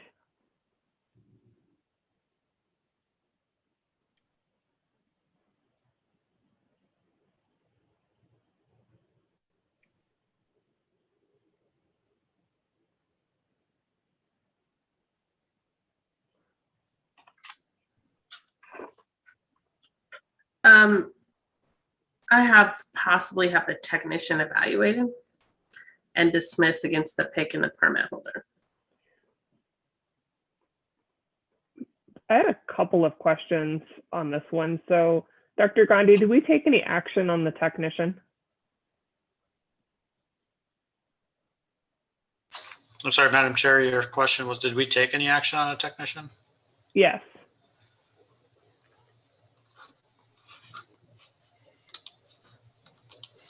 Do you mean in the past or on a separate? I mean, what's your thought there? Well, the permit holder submitted a 106 due to employee pilferage, Mm-hmm. and they believe this individual was involved in it. My question is, do we need to do something with this individual, or have we already addressed it? I think we already addressed it. I'm pulling up the name here.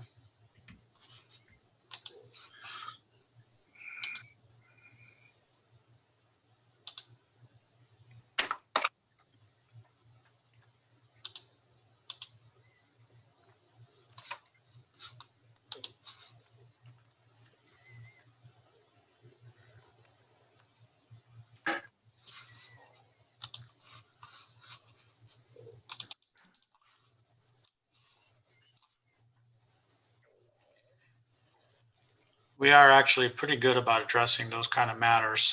Trying to confirm that though, Madam Chair.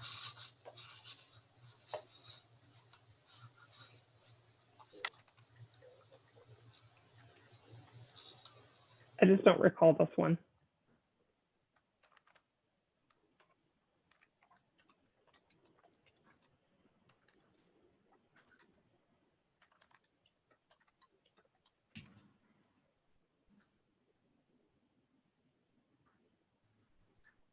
The other thing that I thought was interesting while he's looking for that with this one that I thought was a little different is it appears that the technician has access to retrieve the drugs from the safe, They said.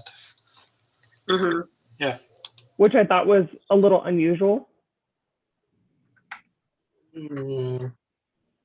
Yeah, I mean, there's nothing that says it can't be done. Right. Yes. I mean, at our hospital, Not we usual. allow the techs to access the vault with their credentials. So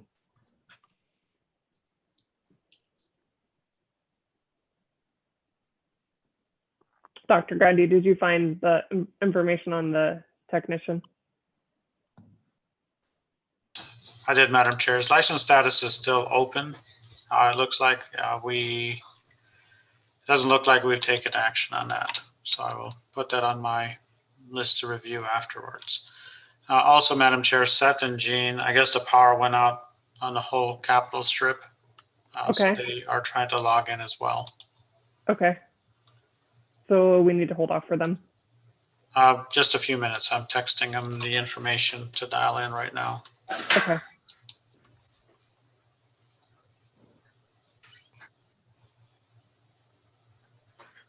Yeah, but I do not see a complaint open up against that person. Well, he's technically on this complaint, but I don't think we have a response from him. No. No. Madam President? Yes, Oh. Mr. Hyber. Yeah, I was just listening in on the side.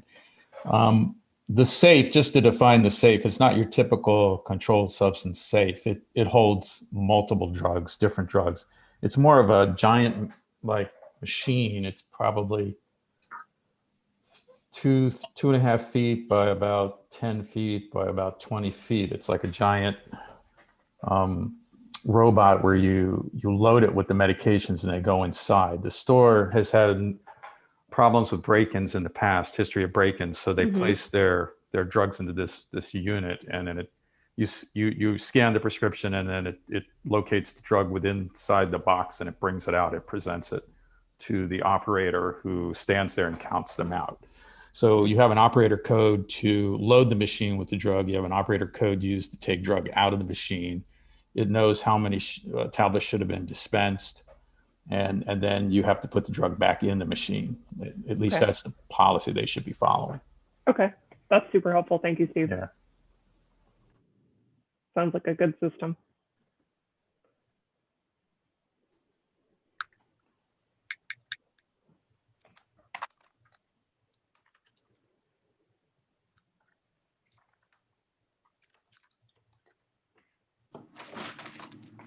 Dr. Grundy, we're still waiting for council, right?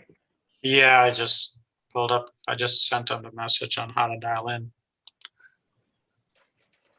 Looks like the entire mall, strip mall, Capitol Mall is down. No idea what from.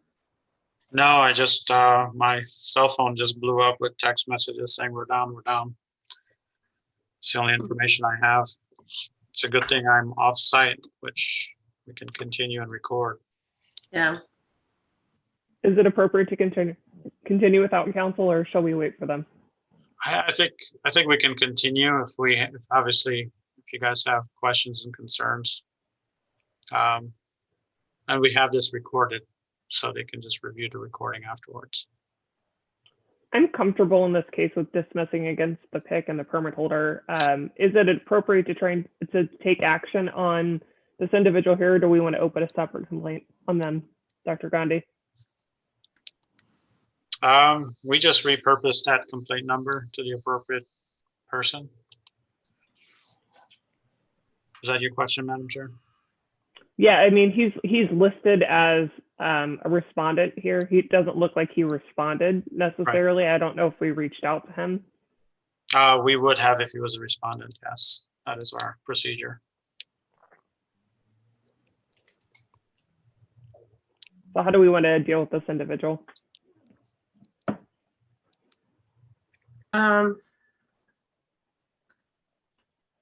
Did we want to do an evaluation? I don't think we typically do an evaluation for festive controlled substances. We don't know if he's if the person is has a personal issue, substance use issue. And even if we do an evaluation, if they're non-responsive, it doesn't serve any purpose. We can continue to reach out to him, and if we feel he's an imminent threat, we can call an emergency board meeting, or we can move it to hearing. And move it to hearing at the same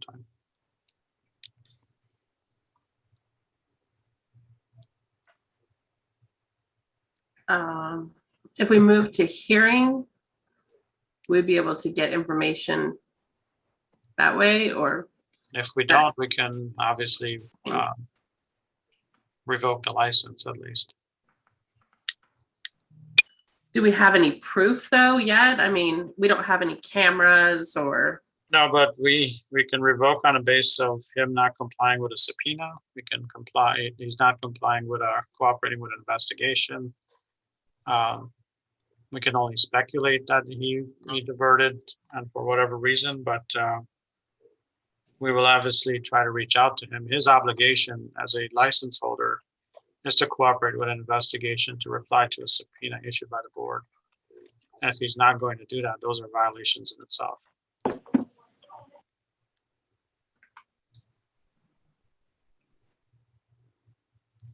I apologize. What agenda item is this? 4N. Zero. And then Nancy. So Seth, just to catch you up, we have the permit holder, the PIC, and a technician involved in alleged theft of controlled substance. We don't have a statement from the technician. I think we're at the point where we feel like the permit holder did their due diligence, but we haven't heard from the technician yet. We have not addressed anything with the technician, so we are trying to determine what the next best step is moving forward. So I think the suggestions on the table were to potentially move to hearing. yeah. So he responded to the employer, but not to the board? Is that? Maybe I'm confusing this with another one. I think that's confusing it with another one.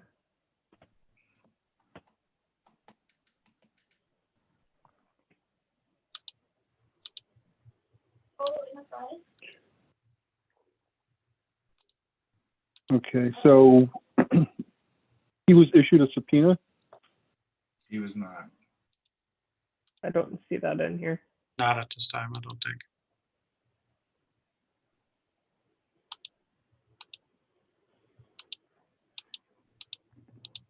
There is, I guess there is a response in here from him, page 455.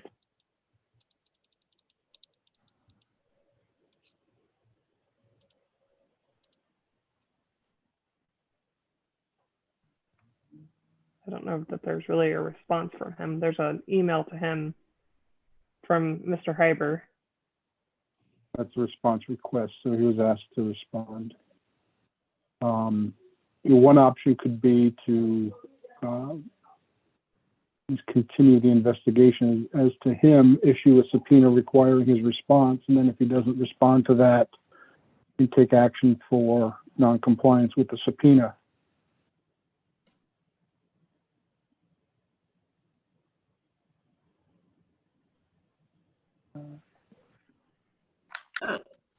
Otherwise, I'm not sure what we have to, is there enough here to show a violation?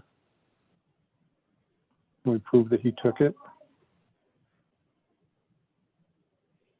There is a pretty significant transaction history related to their controlled substance dispensing machine. Mr. Hyber, do you want to comment on that? I don't see Steve on here anymore, Madam Chair. Okay. I mean, we don't have an admission from the individual.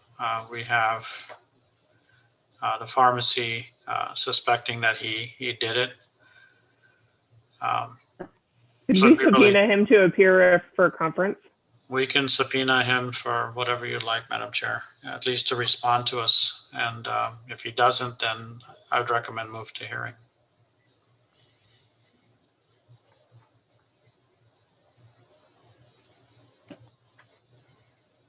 So I think the motion that I'd like to make then is to dismiss against the permit holder and the PIC and instruct the staff to file a subpoena for a response from the technician. If no response, proceed to hearing. Second. Is that appropriate, Mr. Hargraves? That should work. Okay. All those in favor? Aye. Aye. Any opposed? Item 4O 21-0136, a pharmacist was not wearing his name badge and refused to provide his name to the patient.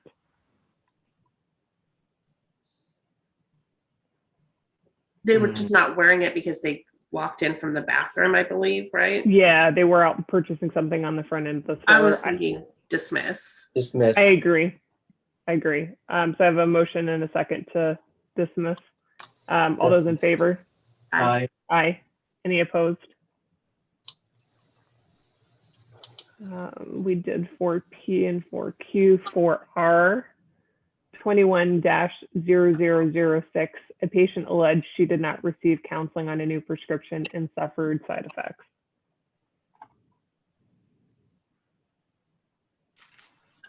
I feel like this one was not necessarily a failure to counsel. I think it was perhaps the he said, she said with us one on the quality of counseling.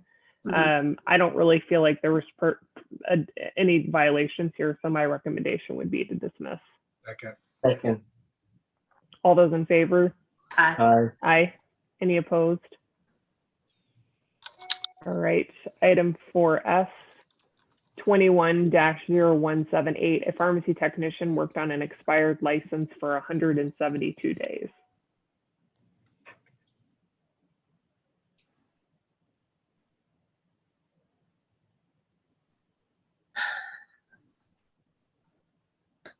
So that would be a $300 civil penalty for the technician. Mm-hmm.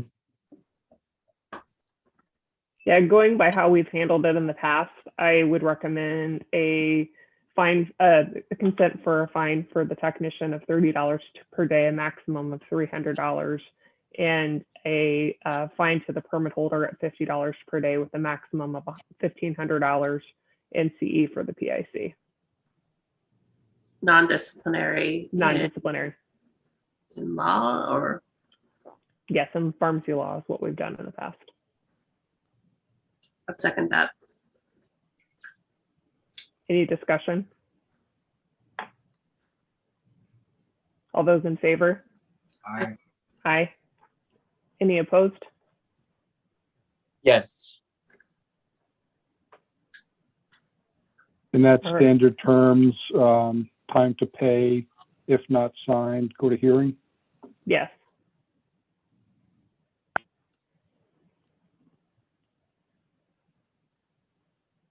You okay with that, Kristen Rubin? Yes. Yes. All right. Item 4T. Complaint number 21-0158. A pharmacy received a prescription for dexamethasone at 4 times the written dose. This was filled and ingested 3 times, original plus 2 refills by the patient.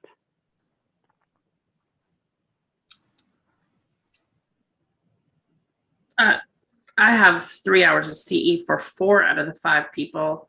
I think one was only found the error. The pharmacist KT only found the errors from what I could see.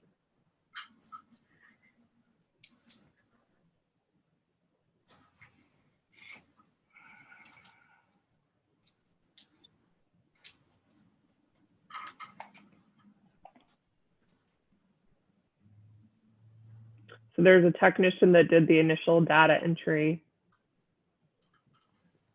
Pharmacist SM that failed, that initially misread the prescription. And the next one was part of it as well. The next one, KT.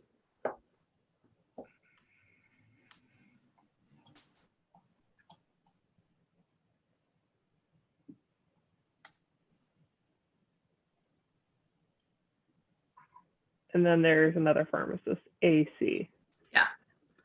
So everyone but that pharmacist that I mentioned, KT, I would say 3 hours of error prevention CE to be done within 90 days, non-disciplinary, above what's required.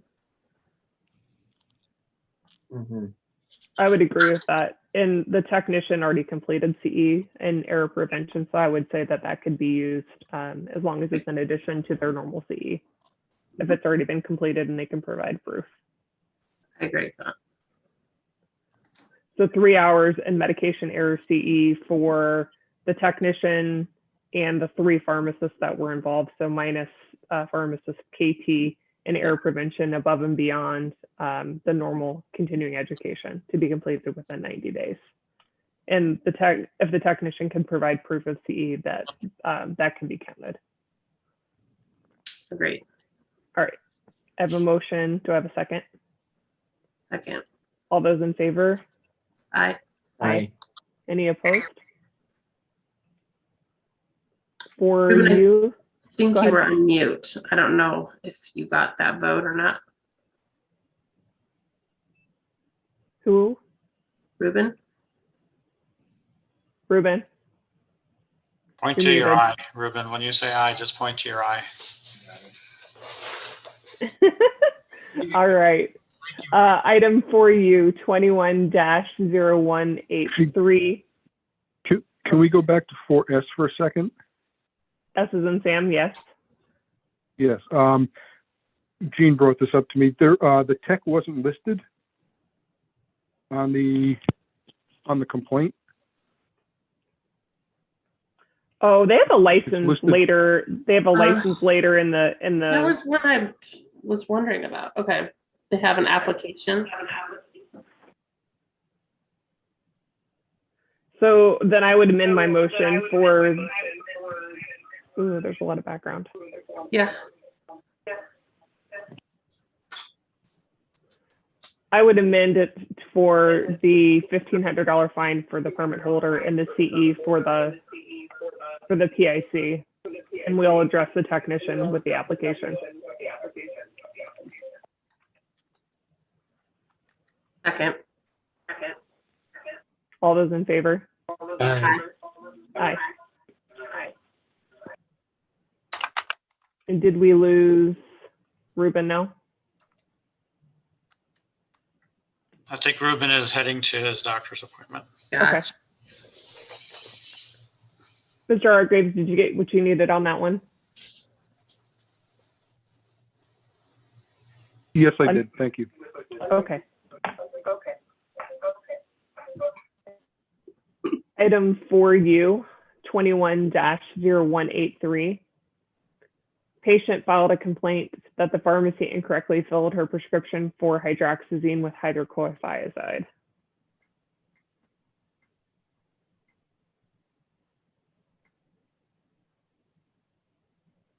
I make a recommendation that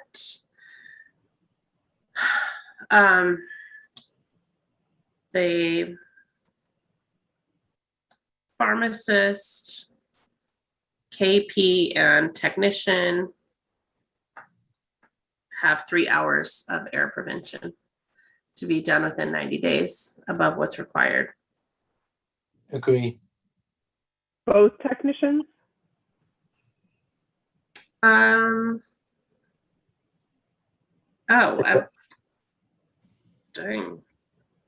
Just the data entry one. I agree, because it looks like it was a data entry error. Yeah. Agree. Just the data entry. The one we didn't get a response from, right? Anyway, yes, that's what I would like. That's my recommendation. Which is technician DW. DW, yeah. Okay, so 3 hours CE and error prevention for the pharmacist and technician DW, and error prevention above and beyond the normal CE requirements. If not completed in 90 days. Okay, I have a motion and a second. All those in favor? Aye. Aye. Aye. Kevin? Okay. Aye.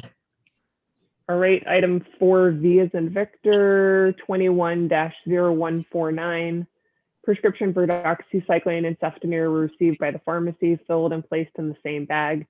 Patient's daughter requested only to pick up the ceftonir. The technician removed the ceftonir from the bag by mistake, and the patient's daughter arrived home with the doxycycline and not the ceftonir.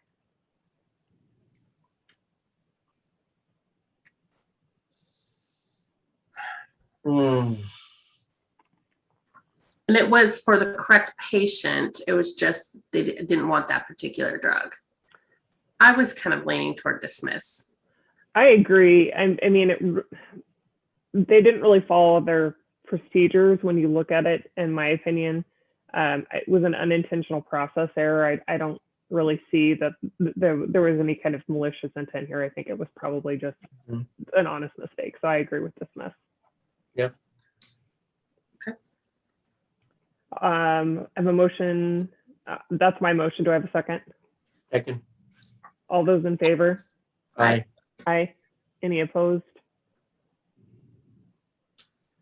Item for W21-0203, complainant believes that the DME oxygen supplier is storing and labeling oxygen tanks improperly.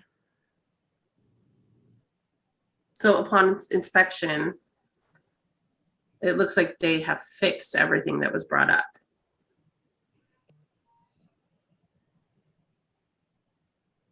So would it be appropriate to re-inspect?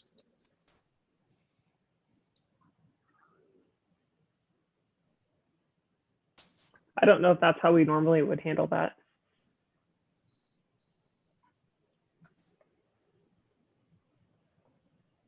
I think in the past we have asked the owners to come in for a conference, right?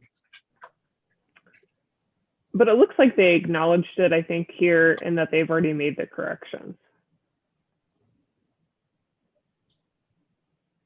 So dismiss. Okay. That they're in progress. I would be okay with either dismiss or a letter of concern.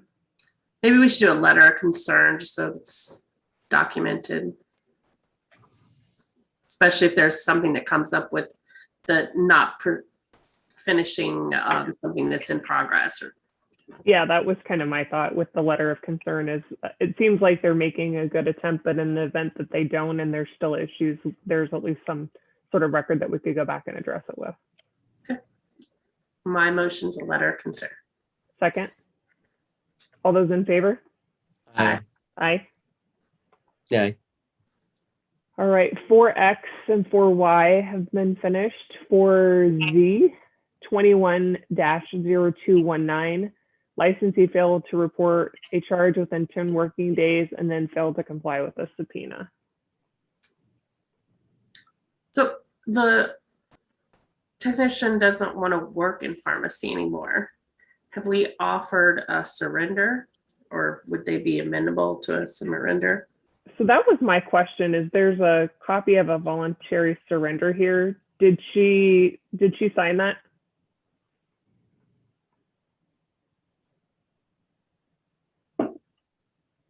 No, she did not. That's fine. Did she agree to it?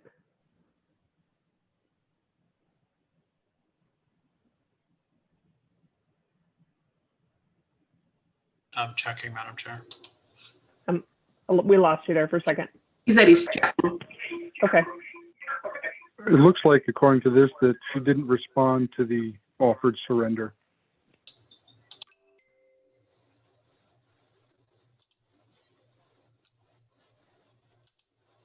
So Mr. Hargraves is an option then to do the $250 consent for failure to respond. And then if not signed, move forward to a hearing. And then That in is the an meantime, option. if she signs the voluntary surrender, we could accept that. Well, she didn't comply with the subpoena. So you could go straight to hearing. Okay. I'm good with that.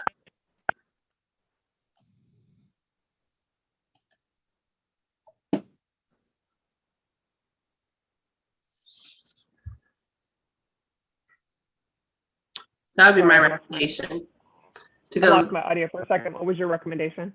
to go to hearing for not complying with the subpoena. Okay. Second. I have a motion and a second. All those in favor? Aye. Aye. Any opposed? All right. Item 4AA, 21-0235. On a routine inspection, the compliance officer observed a pharmacy clerk performing the duties of a pharmacy technician. So the issue I had with this is the company didn't make it possible for the person to do their own job. They were doing a workaround, and I don't understand why have someone in the pharmacy who can't do their own duties assigned that they are capable to do or within their own scope. But I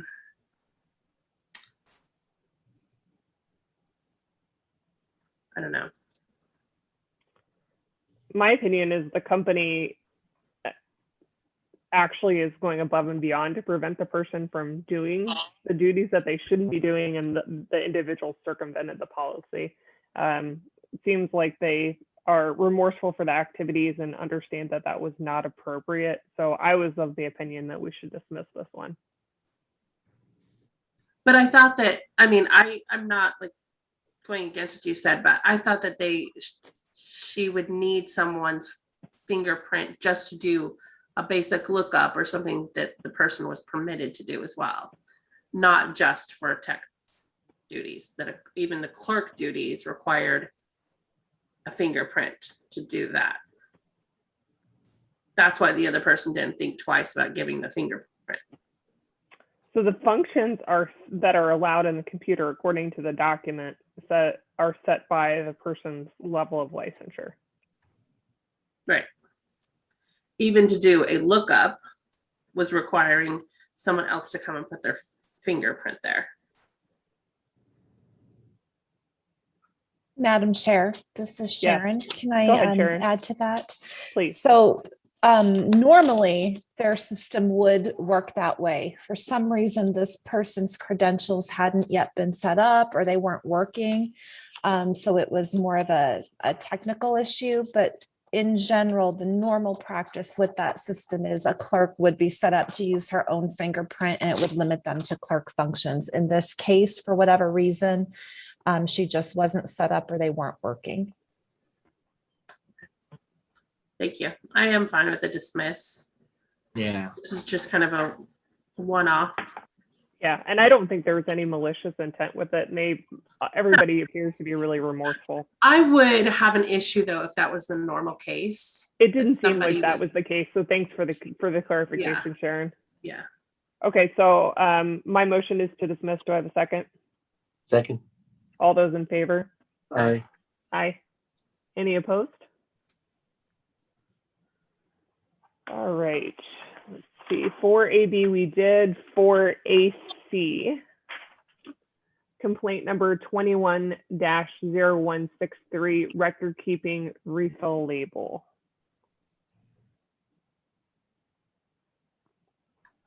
I say I recommend a dismiss. My recommendation here was letter of concern to the permit holder and to the pharmacist. I agree. The reason why I said that is because the person didn't record the fill properly. They hand wrote like an emergency supply on the label because they couldn't figure out how to handle a third-party reject it or a third-party block. And I don't know that their system is really equipped to handle those types of fills. And my concern is, this drug is not a controlled substance, but it is a drug of concern, and there isn't even any record that it was dispensed. Mm-hmm. That's my So my opinion. I understand what you're saying. I just thought it looked to me like they're taking care of the patient, but you're concerned about documentation. I'm fine with the letter. Do you think it should go to the pharmacist and the permit holder, or just the pharmacist? I doubt it's what the permit holder recommended, so I just say the pharmacist. Are you concerned about their system? I couldn't tell if their system was equipped here to handle it or not. that was a little confusing to me. Mhm. So the concern would be that, But I'm sure that there is some way that they could have actually done some sort of dispensing where it would have been recorded, whether it's, you know, that they did a small fill or something, that it would have been documented.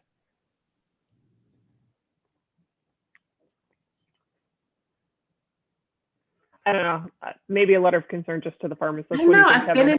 I've been in pharmacies that have done that. They just write on the label and give them some while there's an error or a problem, so they don't run out. I don't know.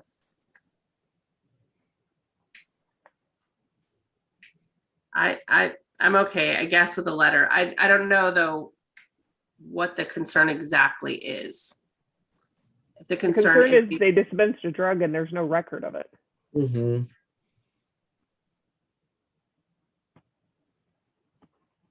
And if they gave the wrong thing, we wouldn't even have a record of what was dispensed. okay. That's a regulatory violation. I don't know, should we bring it to the full board for discussion? I'm okay There's with the not letter. agreement on this one. Not a big deal. So my recommendation is my motion is letter of concern for the pharmacist. Second. All those in favor? Aye. Aye. Aye. Any opposed? Aye. All right, item 4AH.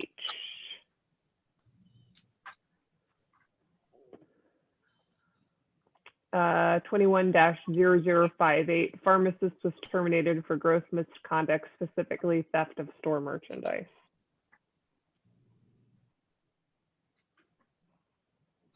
Conference. Yeah, I guess.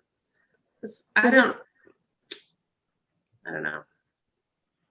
So I was torn on this one because it isn't a pharmacy violation. It is unprofessional conduct that they stole from their employer, but it was front end merchandise. It didn't have anything to do with the pharmacy. There aren't any violations in the pharmacy outside of potentially unprofessional conduct. Mhm. They were terminated by their employer. And that was reported to us. Mhm. I kind of want to hear what the full board thinks of this. I'm just curious about the discussion we'll have, because there's a couple in this. There's this one and another one with the technician. Kind of curious what people's thoughts are on that, just straight up theft of merchandise in the store. We, Madam Chair, we went back and forth on this one. And it was a difficult one to say there was no violation, but we went through it with a fine tooth comb. We could not find a single any language that we could tie to this case. I was of the opinion that we should dismiss it. I don't like it, and I don't think that it's appropriate. I think it shows poor character of the individual, but I don't know that I think that there's anything here that is a violation. I mean, there is smoke, but no fire. I mean, definitely advisory letter saying he came up. We're gonna put you on notice, but you know, obviously, we're not gonna do anything. If they're charged with something, they would have to let us know. That changes the equation. Yes. Do we table it to see if there's a charge brought and then we would address it?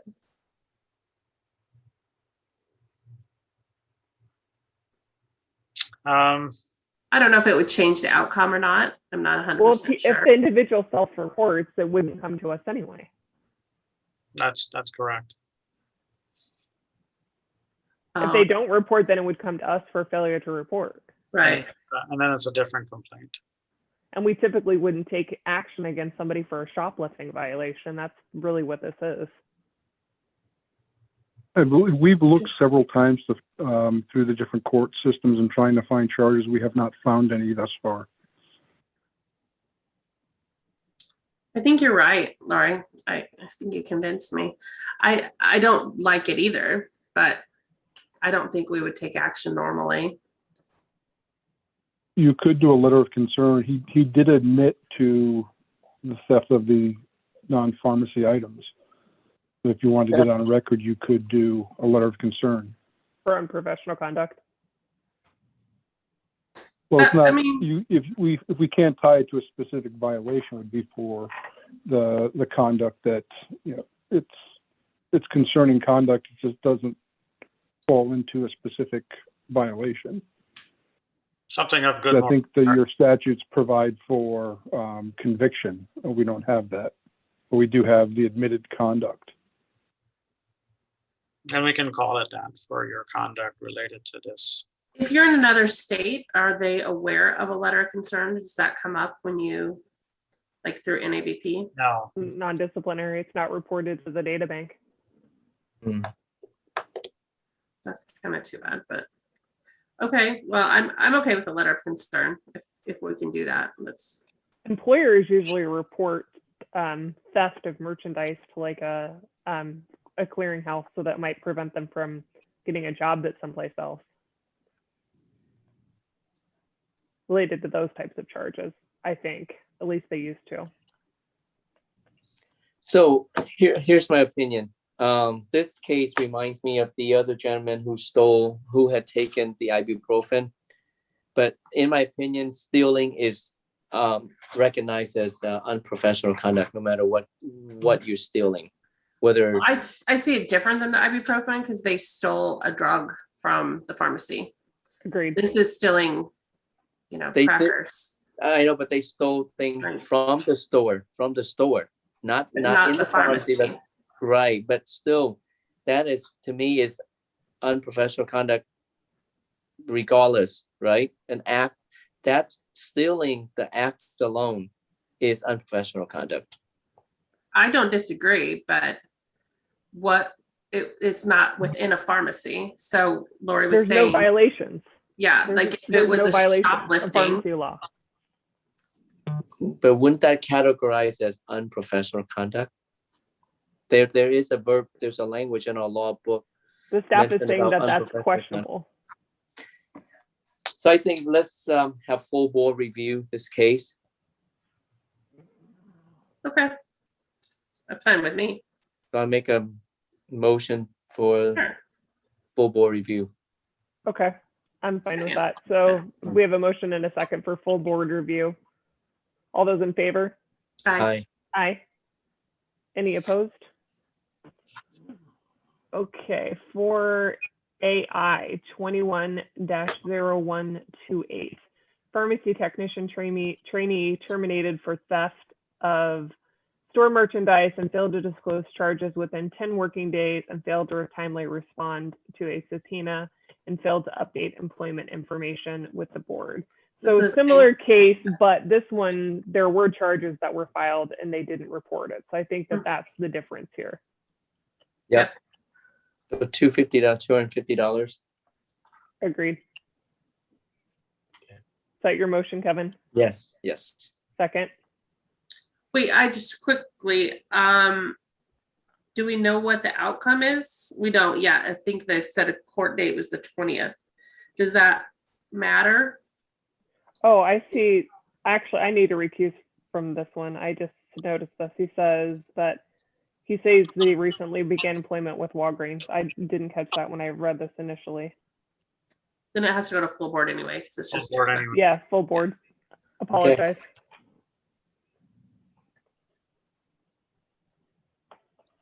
If I can interject again, not necessarily on this case, but on that previous one, under your statutes, it's unprofessional conduct committing a felony, whether or not involving moral turpitude, or a misdemeanor involving moral turpitude. In either case, conviction is conclusive evidence. So committing the act would be a violation, wouldn't necessarily be conclusive evidence, but the fact that he has essentially admitted to it, you could find unprofessional conduct under your statutes. But it could still go full board, but there is something you could fall back on as far as the violation. I think that there's enough discussion there that full board is warranted. Yeah, okay. Okay, so item 4AI will go full board since I didn't realize my recusal. I apologize. Item 4AJ 21-0195. Pharmacist terminated or suspended for diversion of controlled substances. So A and K go together, just a little reminder. Or AJ and AK. Yeah, sorry, yep. So I don't feel like we have any proof that this pharmacist diverted, which is what they're claiming. And then the technician and AK is also saying that they didn't do it. Right.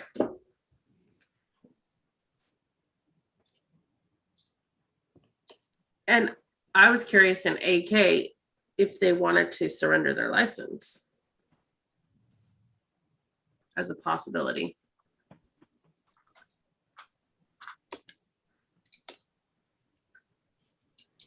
But okay, so taking them separately, AJ, the pharmacist, we don't have any proof that there was diversion by, through her, but she was failure the to TIC. control. Yeah, she was the TIC, and I think failure to control is potential there. Right. So what do we typically do for a failure to control inventory? I Control think we've substance. done letter of concern in the past. Okay. Dr. Gandhi, is that correct?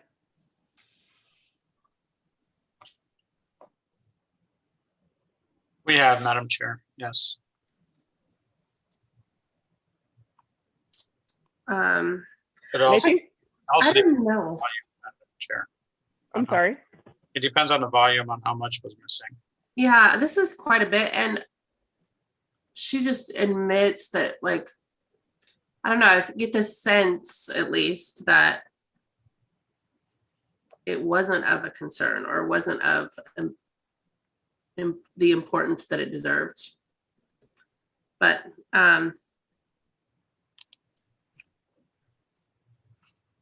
that is, I don't know. If you want to do a letter of concern, I guess, for her, or if you guys are thinking. And the difference too between her and the technician and AK is she participated in the investigation and responded and all those kinds of things, and the technician quit before they were terminated and then also failed to respond to us timely for the subpoena. So I think to me that those are a little bit different circumstances. I still don't feel good about the fact that I don't know that we know where these drugs went. It looks like they were both let go basically as a result of it. But I don't know that CVS is confident that they know who was at fault here. Right. But I thought I'd read maybe that the technician didn't want to work in pharmacy anymore.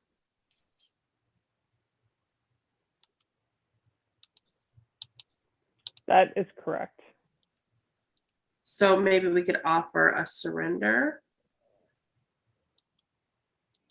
This individual works at a furniture store, according to That's what I thought I was response. Yeah. Did not do his continuing education and has no proof of it. Yeah, that was the yeah. No CE for 2018 Well, 2020. Do we know he didn't do the CE? He was, part of his subpoena was to provide that.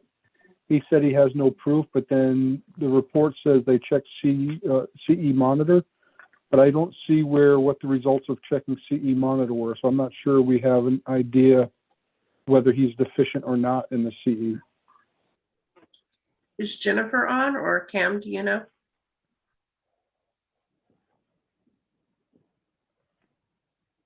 No, I don't have that information. And Jennifer is still not able to dial in, watching this meeting. Okay. Oh, it looks like on page,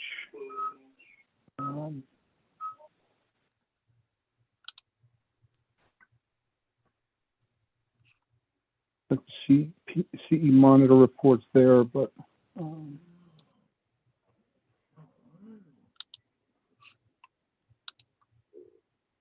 Jennifer says he did So he did the CE. He did do the CE.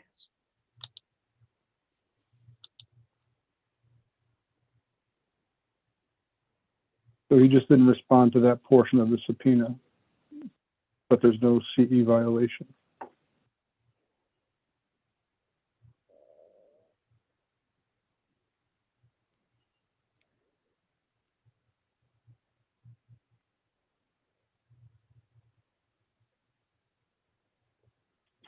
I think I would make a recommendation for this one that we go full board with it. I feel like there's some lack of clarity around who's responsible in this particular case. If we do that, do you want to do AJ and AK? Because I think that would make most sense. Yeah, I do think that. Yeah, What do you guys think? I agree. It's good. So I will amend, so let's amend the recommendation for item 4AJ and do 4A and 4K together and bring them forward for full board review. That's my motion. Second. Okay, motion and a second. All those in favor? Aye. Aye. Any opposed? All right. 4AL, we already did. 4AM. 21-0254, pharmacy intern failed to disclose a charge within 10 working days. But they did disclose it. It just wasn't within the time frame. And Is I that do right? believe this individual also has a License. application for a pharmacist license. Mhm. I was thinking dismiss. So And- they didn't report it when they were an intern, but they reported it with their pharmacist application. So there was still misconduct on the intern license. Oh, right. So Mhm. I was thinking $250 fine for failure to disclose, and then we can address the permit later separately. Agree. That's my Second. motion. I have a Second. motion and a second. All those in favor? Madam Chair, if I may Yeah, interject. go ahead. I know historically, I mean, I don't like the fact that he didn't disclose on his intern license, but historically, we didn't measure the length of time on when they informed us. In this case, he informed us before we tracked him down. Though it's on a new application and not on a prior, but now we know. So we have accepted that historically. So would a letter of concern be more appropriate then for failure to So disclose? that we can document that this activity happened, but we do have people notifying us months after, and we're not aware of it yet. We haven't reached out to them.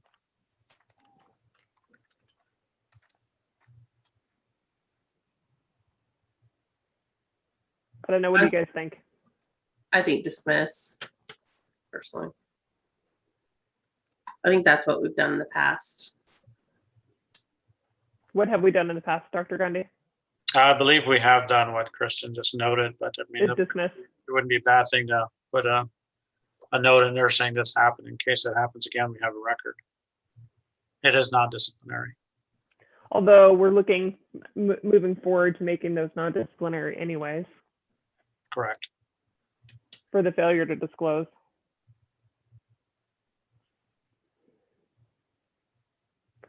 I'll amend my motion to dismiss. Second. Okay, I have a motion and a second. All those in favor? Aye. Aye. Okay.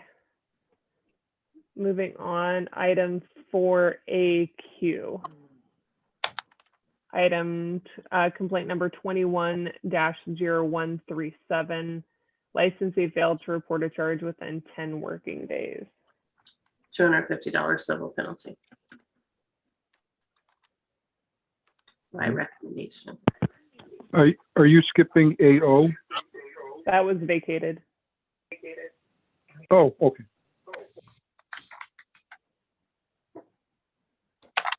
I apologize. I should have mentioned that.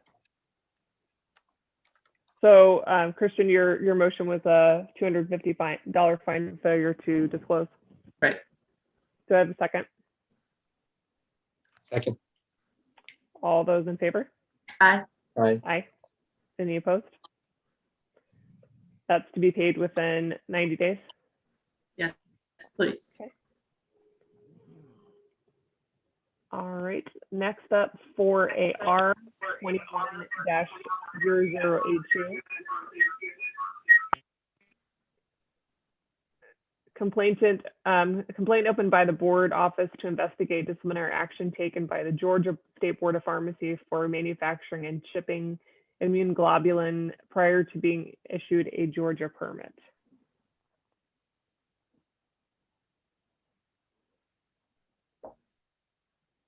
And there's a disciplinary action in Maine.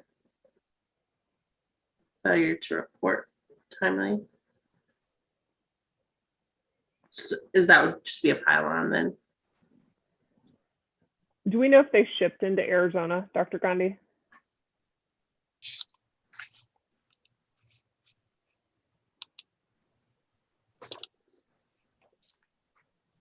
I want to say yes, otherwise we wouldn't have brought it. Yeah, it says the provided shipping records indicate they shipped product into Arizona 5 times in 2018. Do we have any idea how much? 1 to 3 shipments prior to the submission of the Arizona application. Mhm. Oh wait, the first 3 shipments were prior.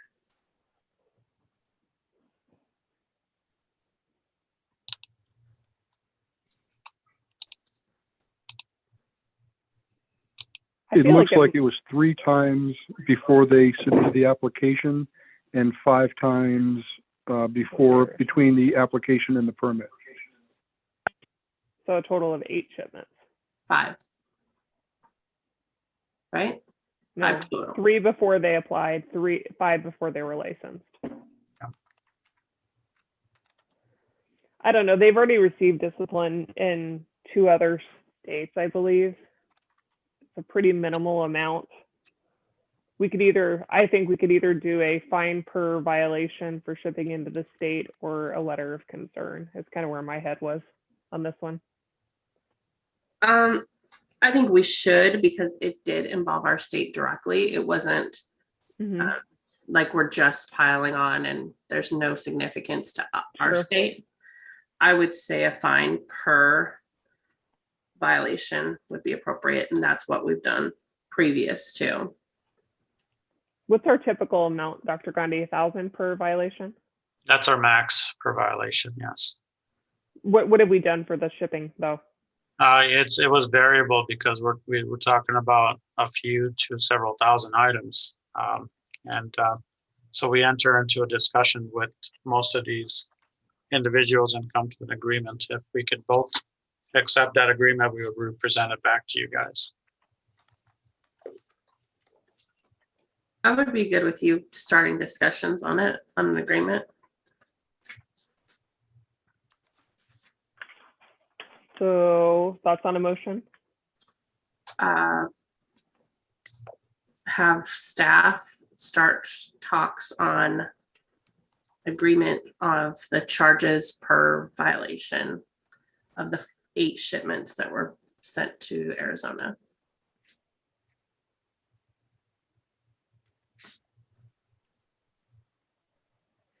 Seth, is that okay?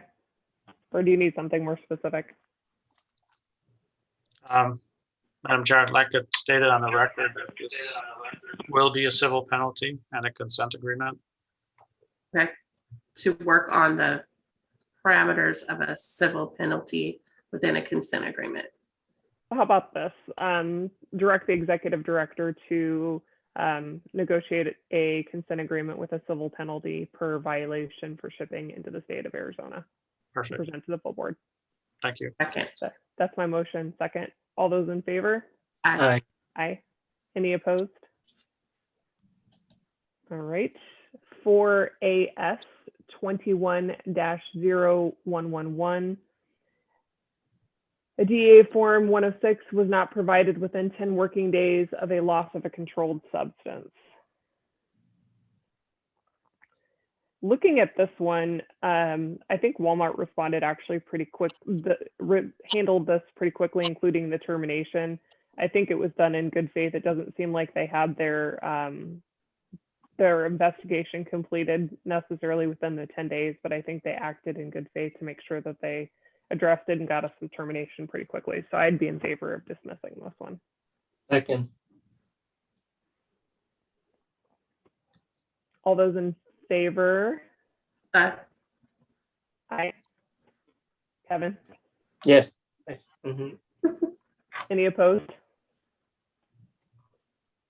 For AT 21-0119, failure to notify the board of a pharmacist in charge change operation of a pharmacy without a pharmacist in charge and providing false information on a non-resident permit application. Conference. I agree with that recommendation. I feel like there's still some unanswered questions here, and I would like to include the former PIC and the owner in the conference. Sounds good to me. Yeah. That's my motion. Do I have a second? Second. All those in favor? Aye. Aye. Any opposed? Item 4AU 21-0126, a patient received incorrect strength of a prescribed medication.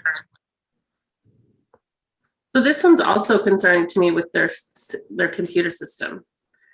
It allowed them to scan the wrong drug and then proceed. Yeah. What I read.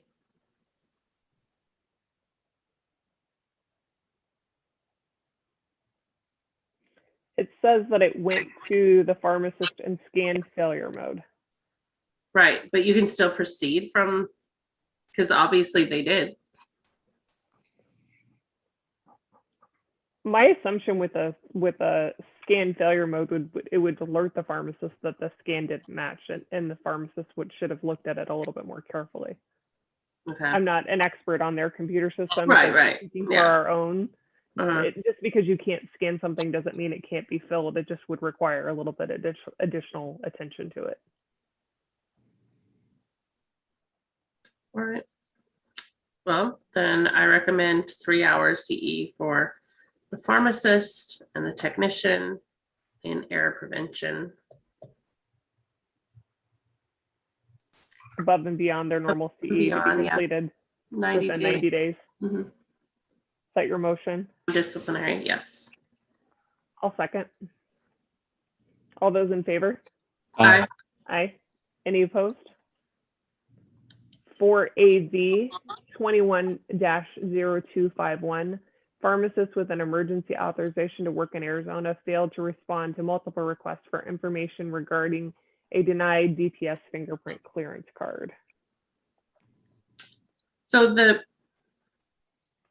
person no longer has their temporary license in Arizona, right? It is, So what- the temporary authorization has been rescinded. would we, I don't know. I just don't know what we can do at this point is what I was thinking. What options are there? My thought was move to hearing. It's on it's on administrative hold.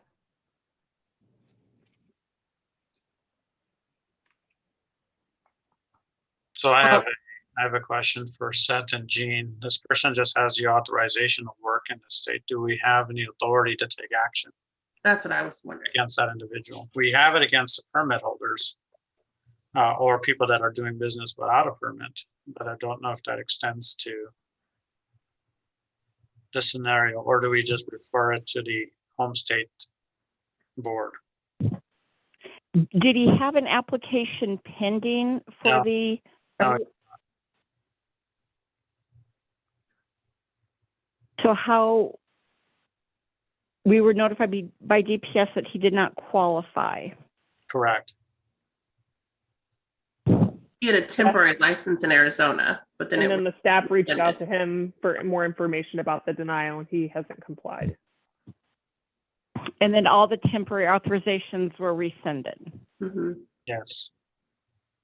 And we did notify him of that via email, via phone call, but still no response. And we don't know if he is working in Arizona or not. Not tell. Was he ever issued a subpoena for this information or just telephone calls and emails? Telephone calls and emails. It seems like when his temporary authorization was rescinded and we confirmed that rescission through written communication, then we would lose jurisdiction over him. Seth, would you agree? Yeah, he agrees. I think we've lost jurisdiction over him. You can notify the home state that he was temporarily authorized to practice here. He was denied a fingerprint clearance card. You reached out to him and did not receive a response. And so you could go ahead and notify home state and leave it up to them. I think that's appropriate. That would be my motion, is to refer this matter to his home state of New York. Second. All those in favor? Aye. Aye. Any opposed?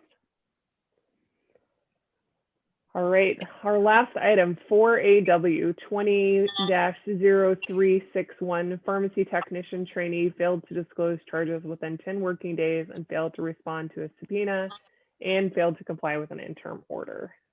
Hearing. Agreed. Is that your motion? Yes. Second. All those in favor? Aye. Aye.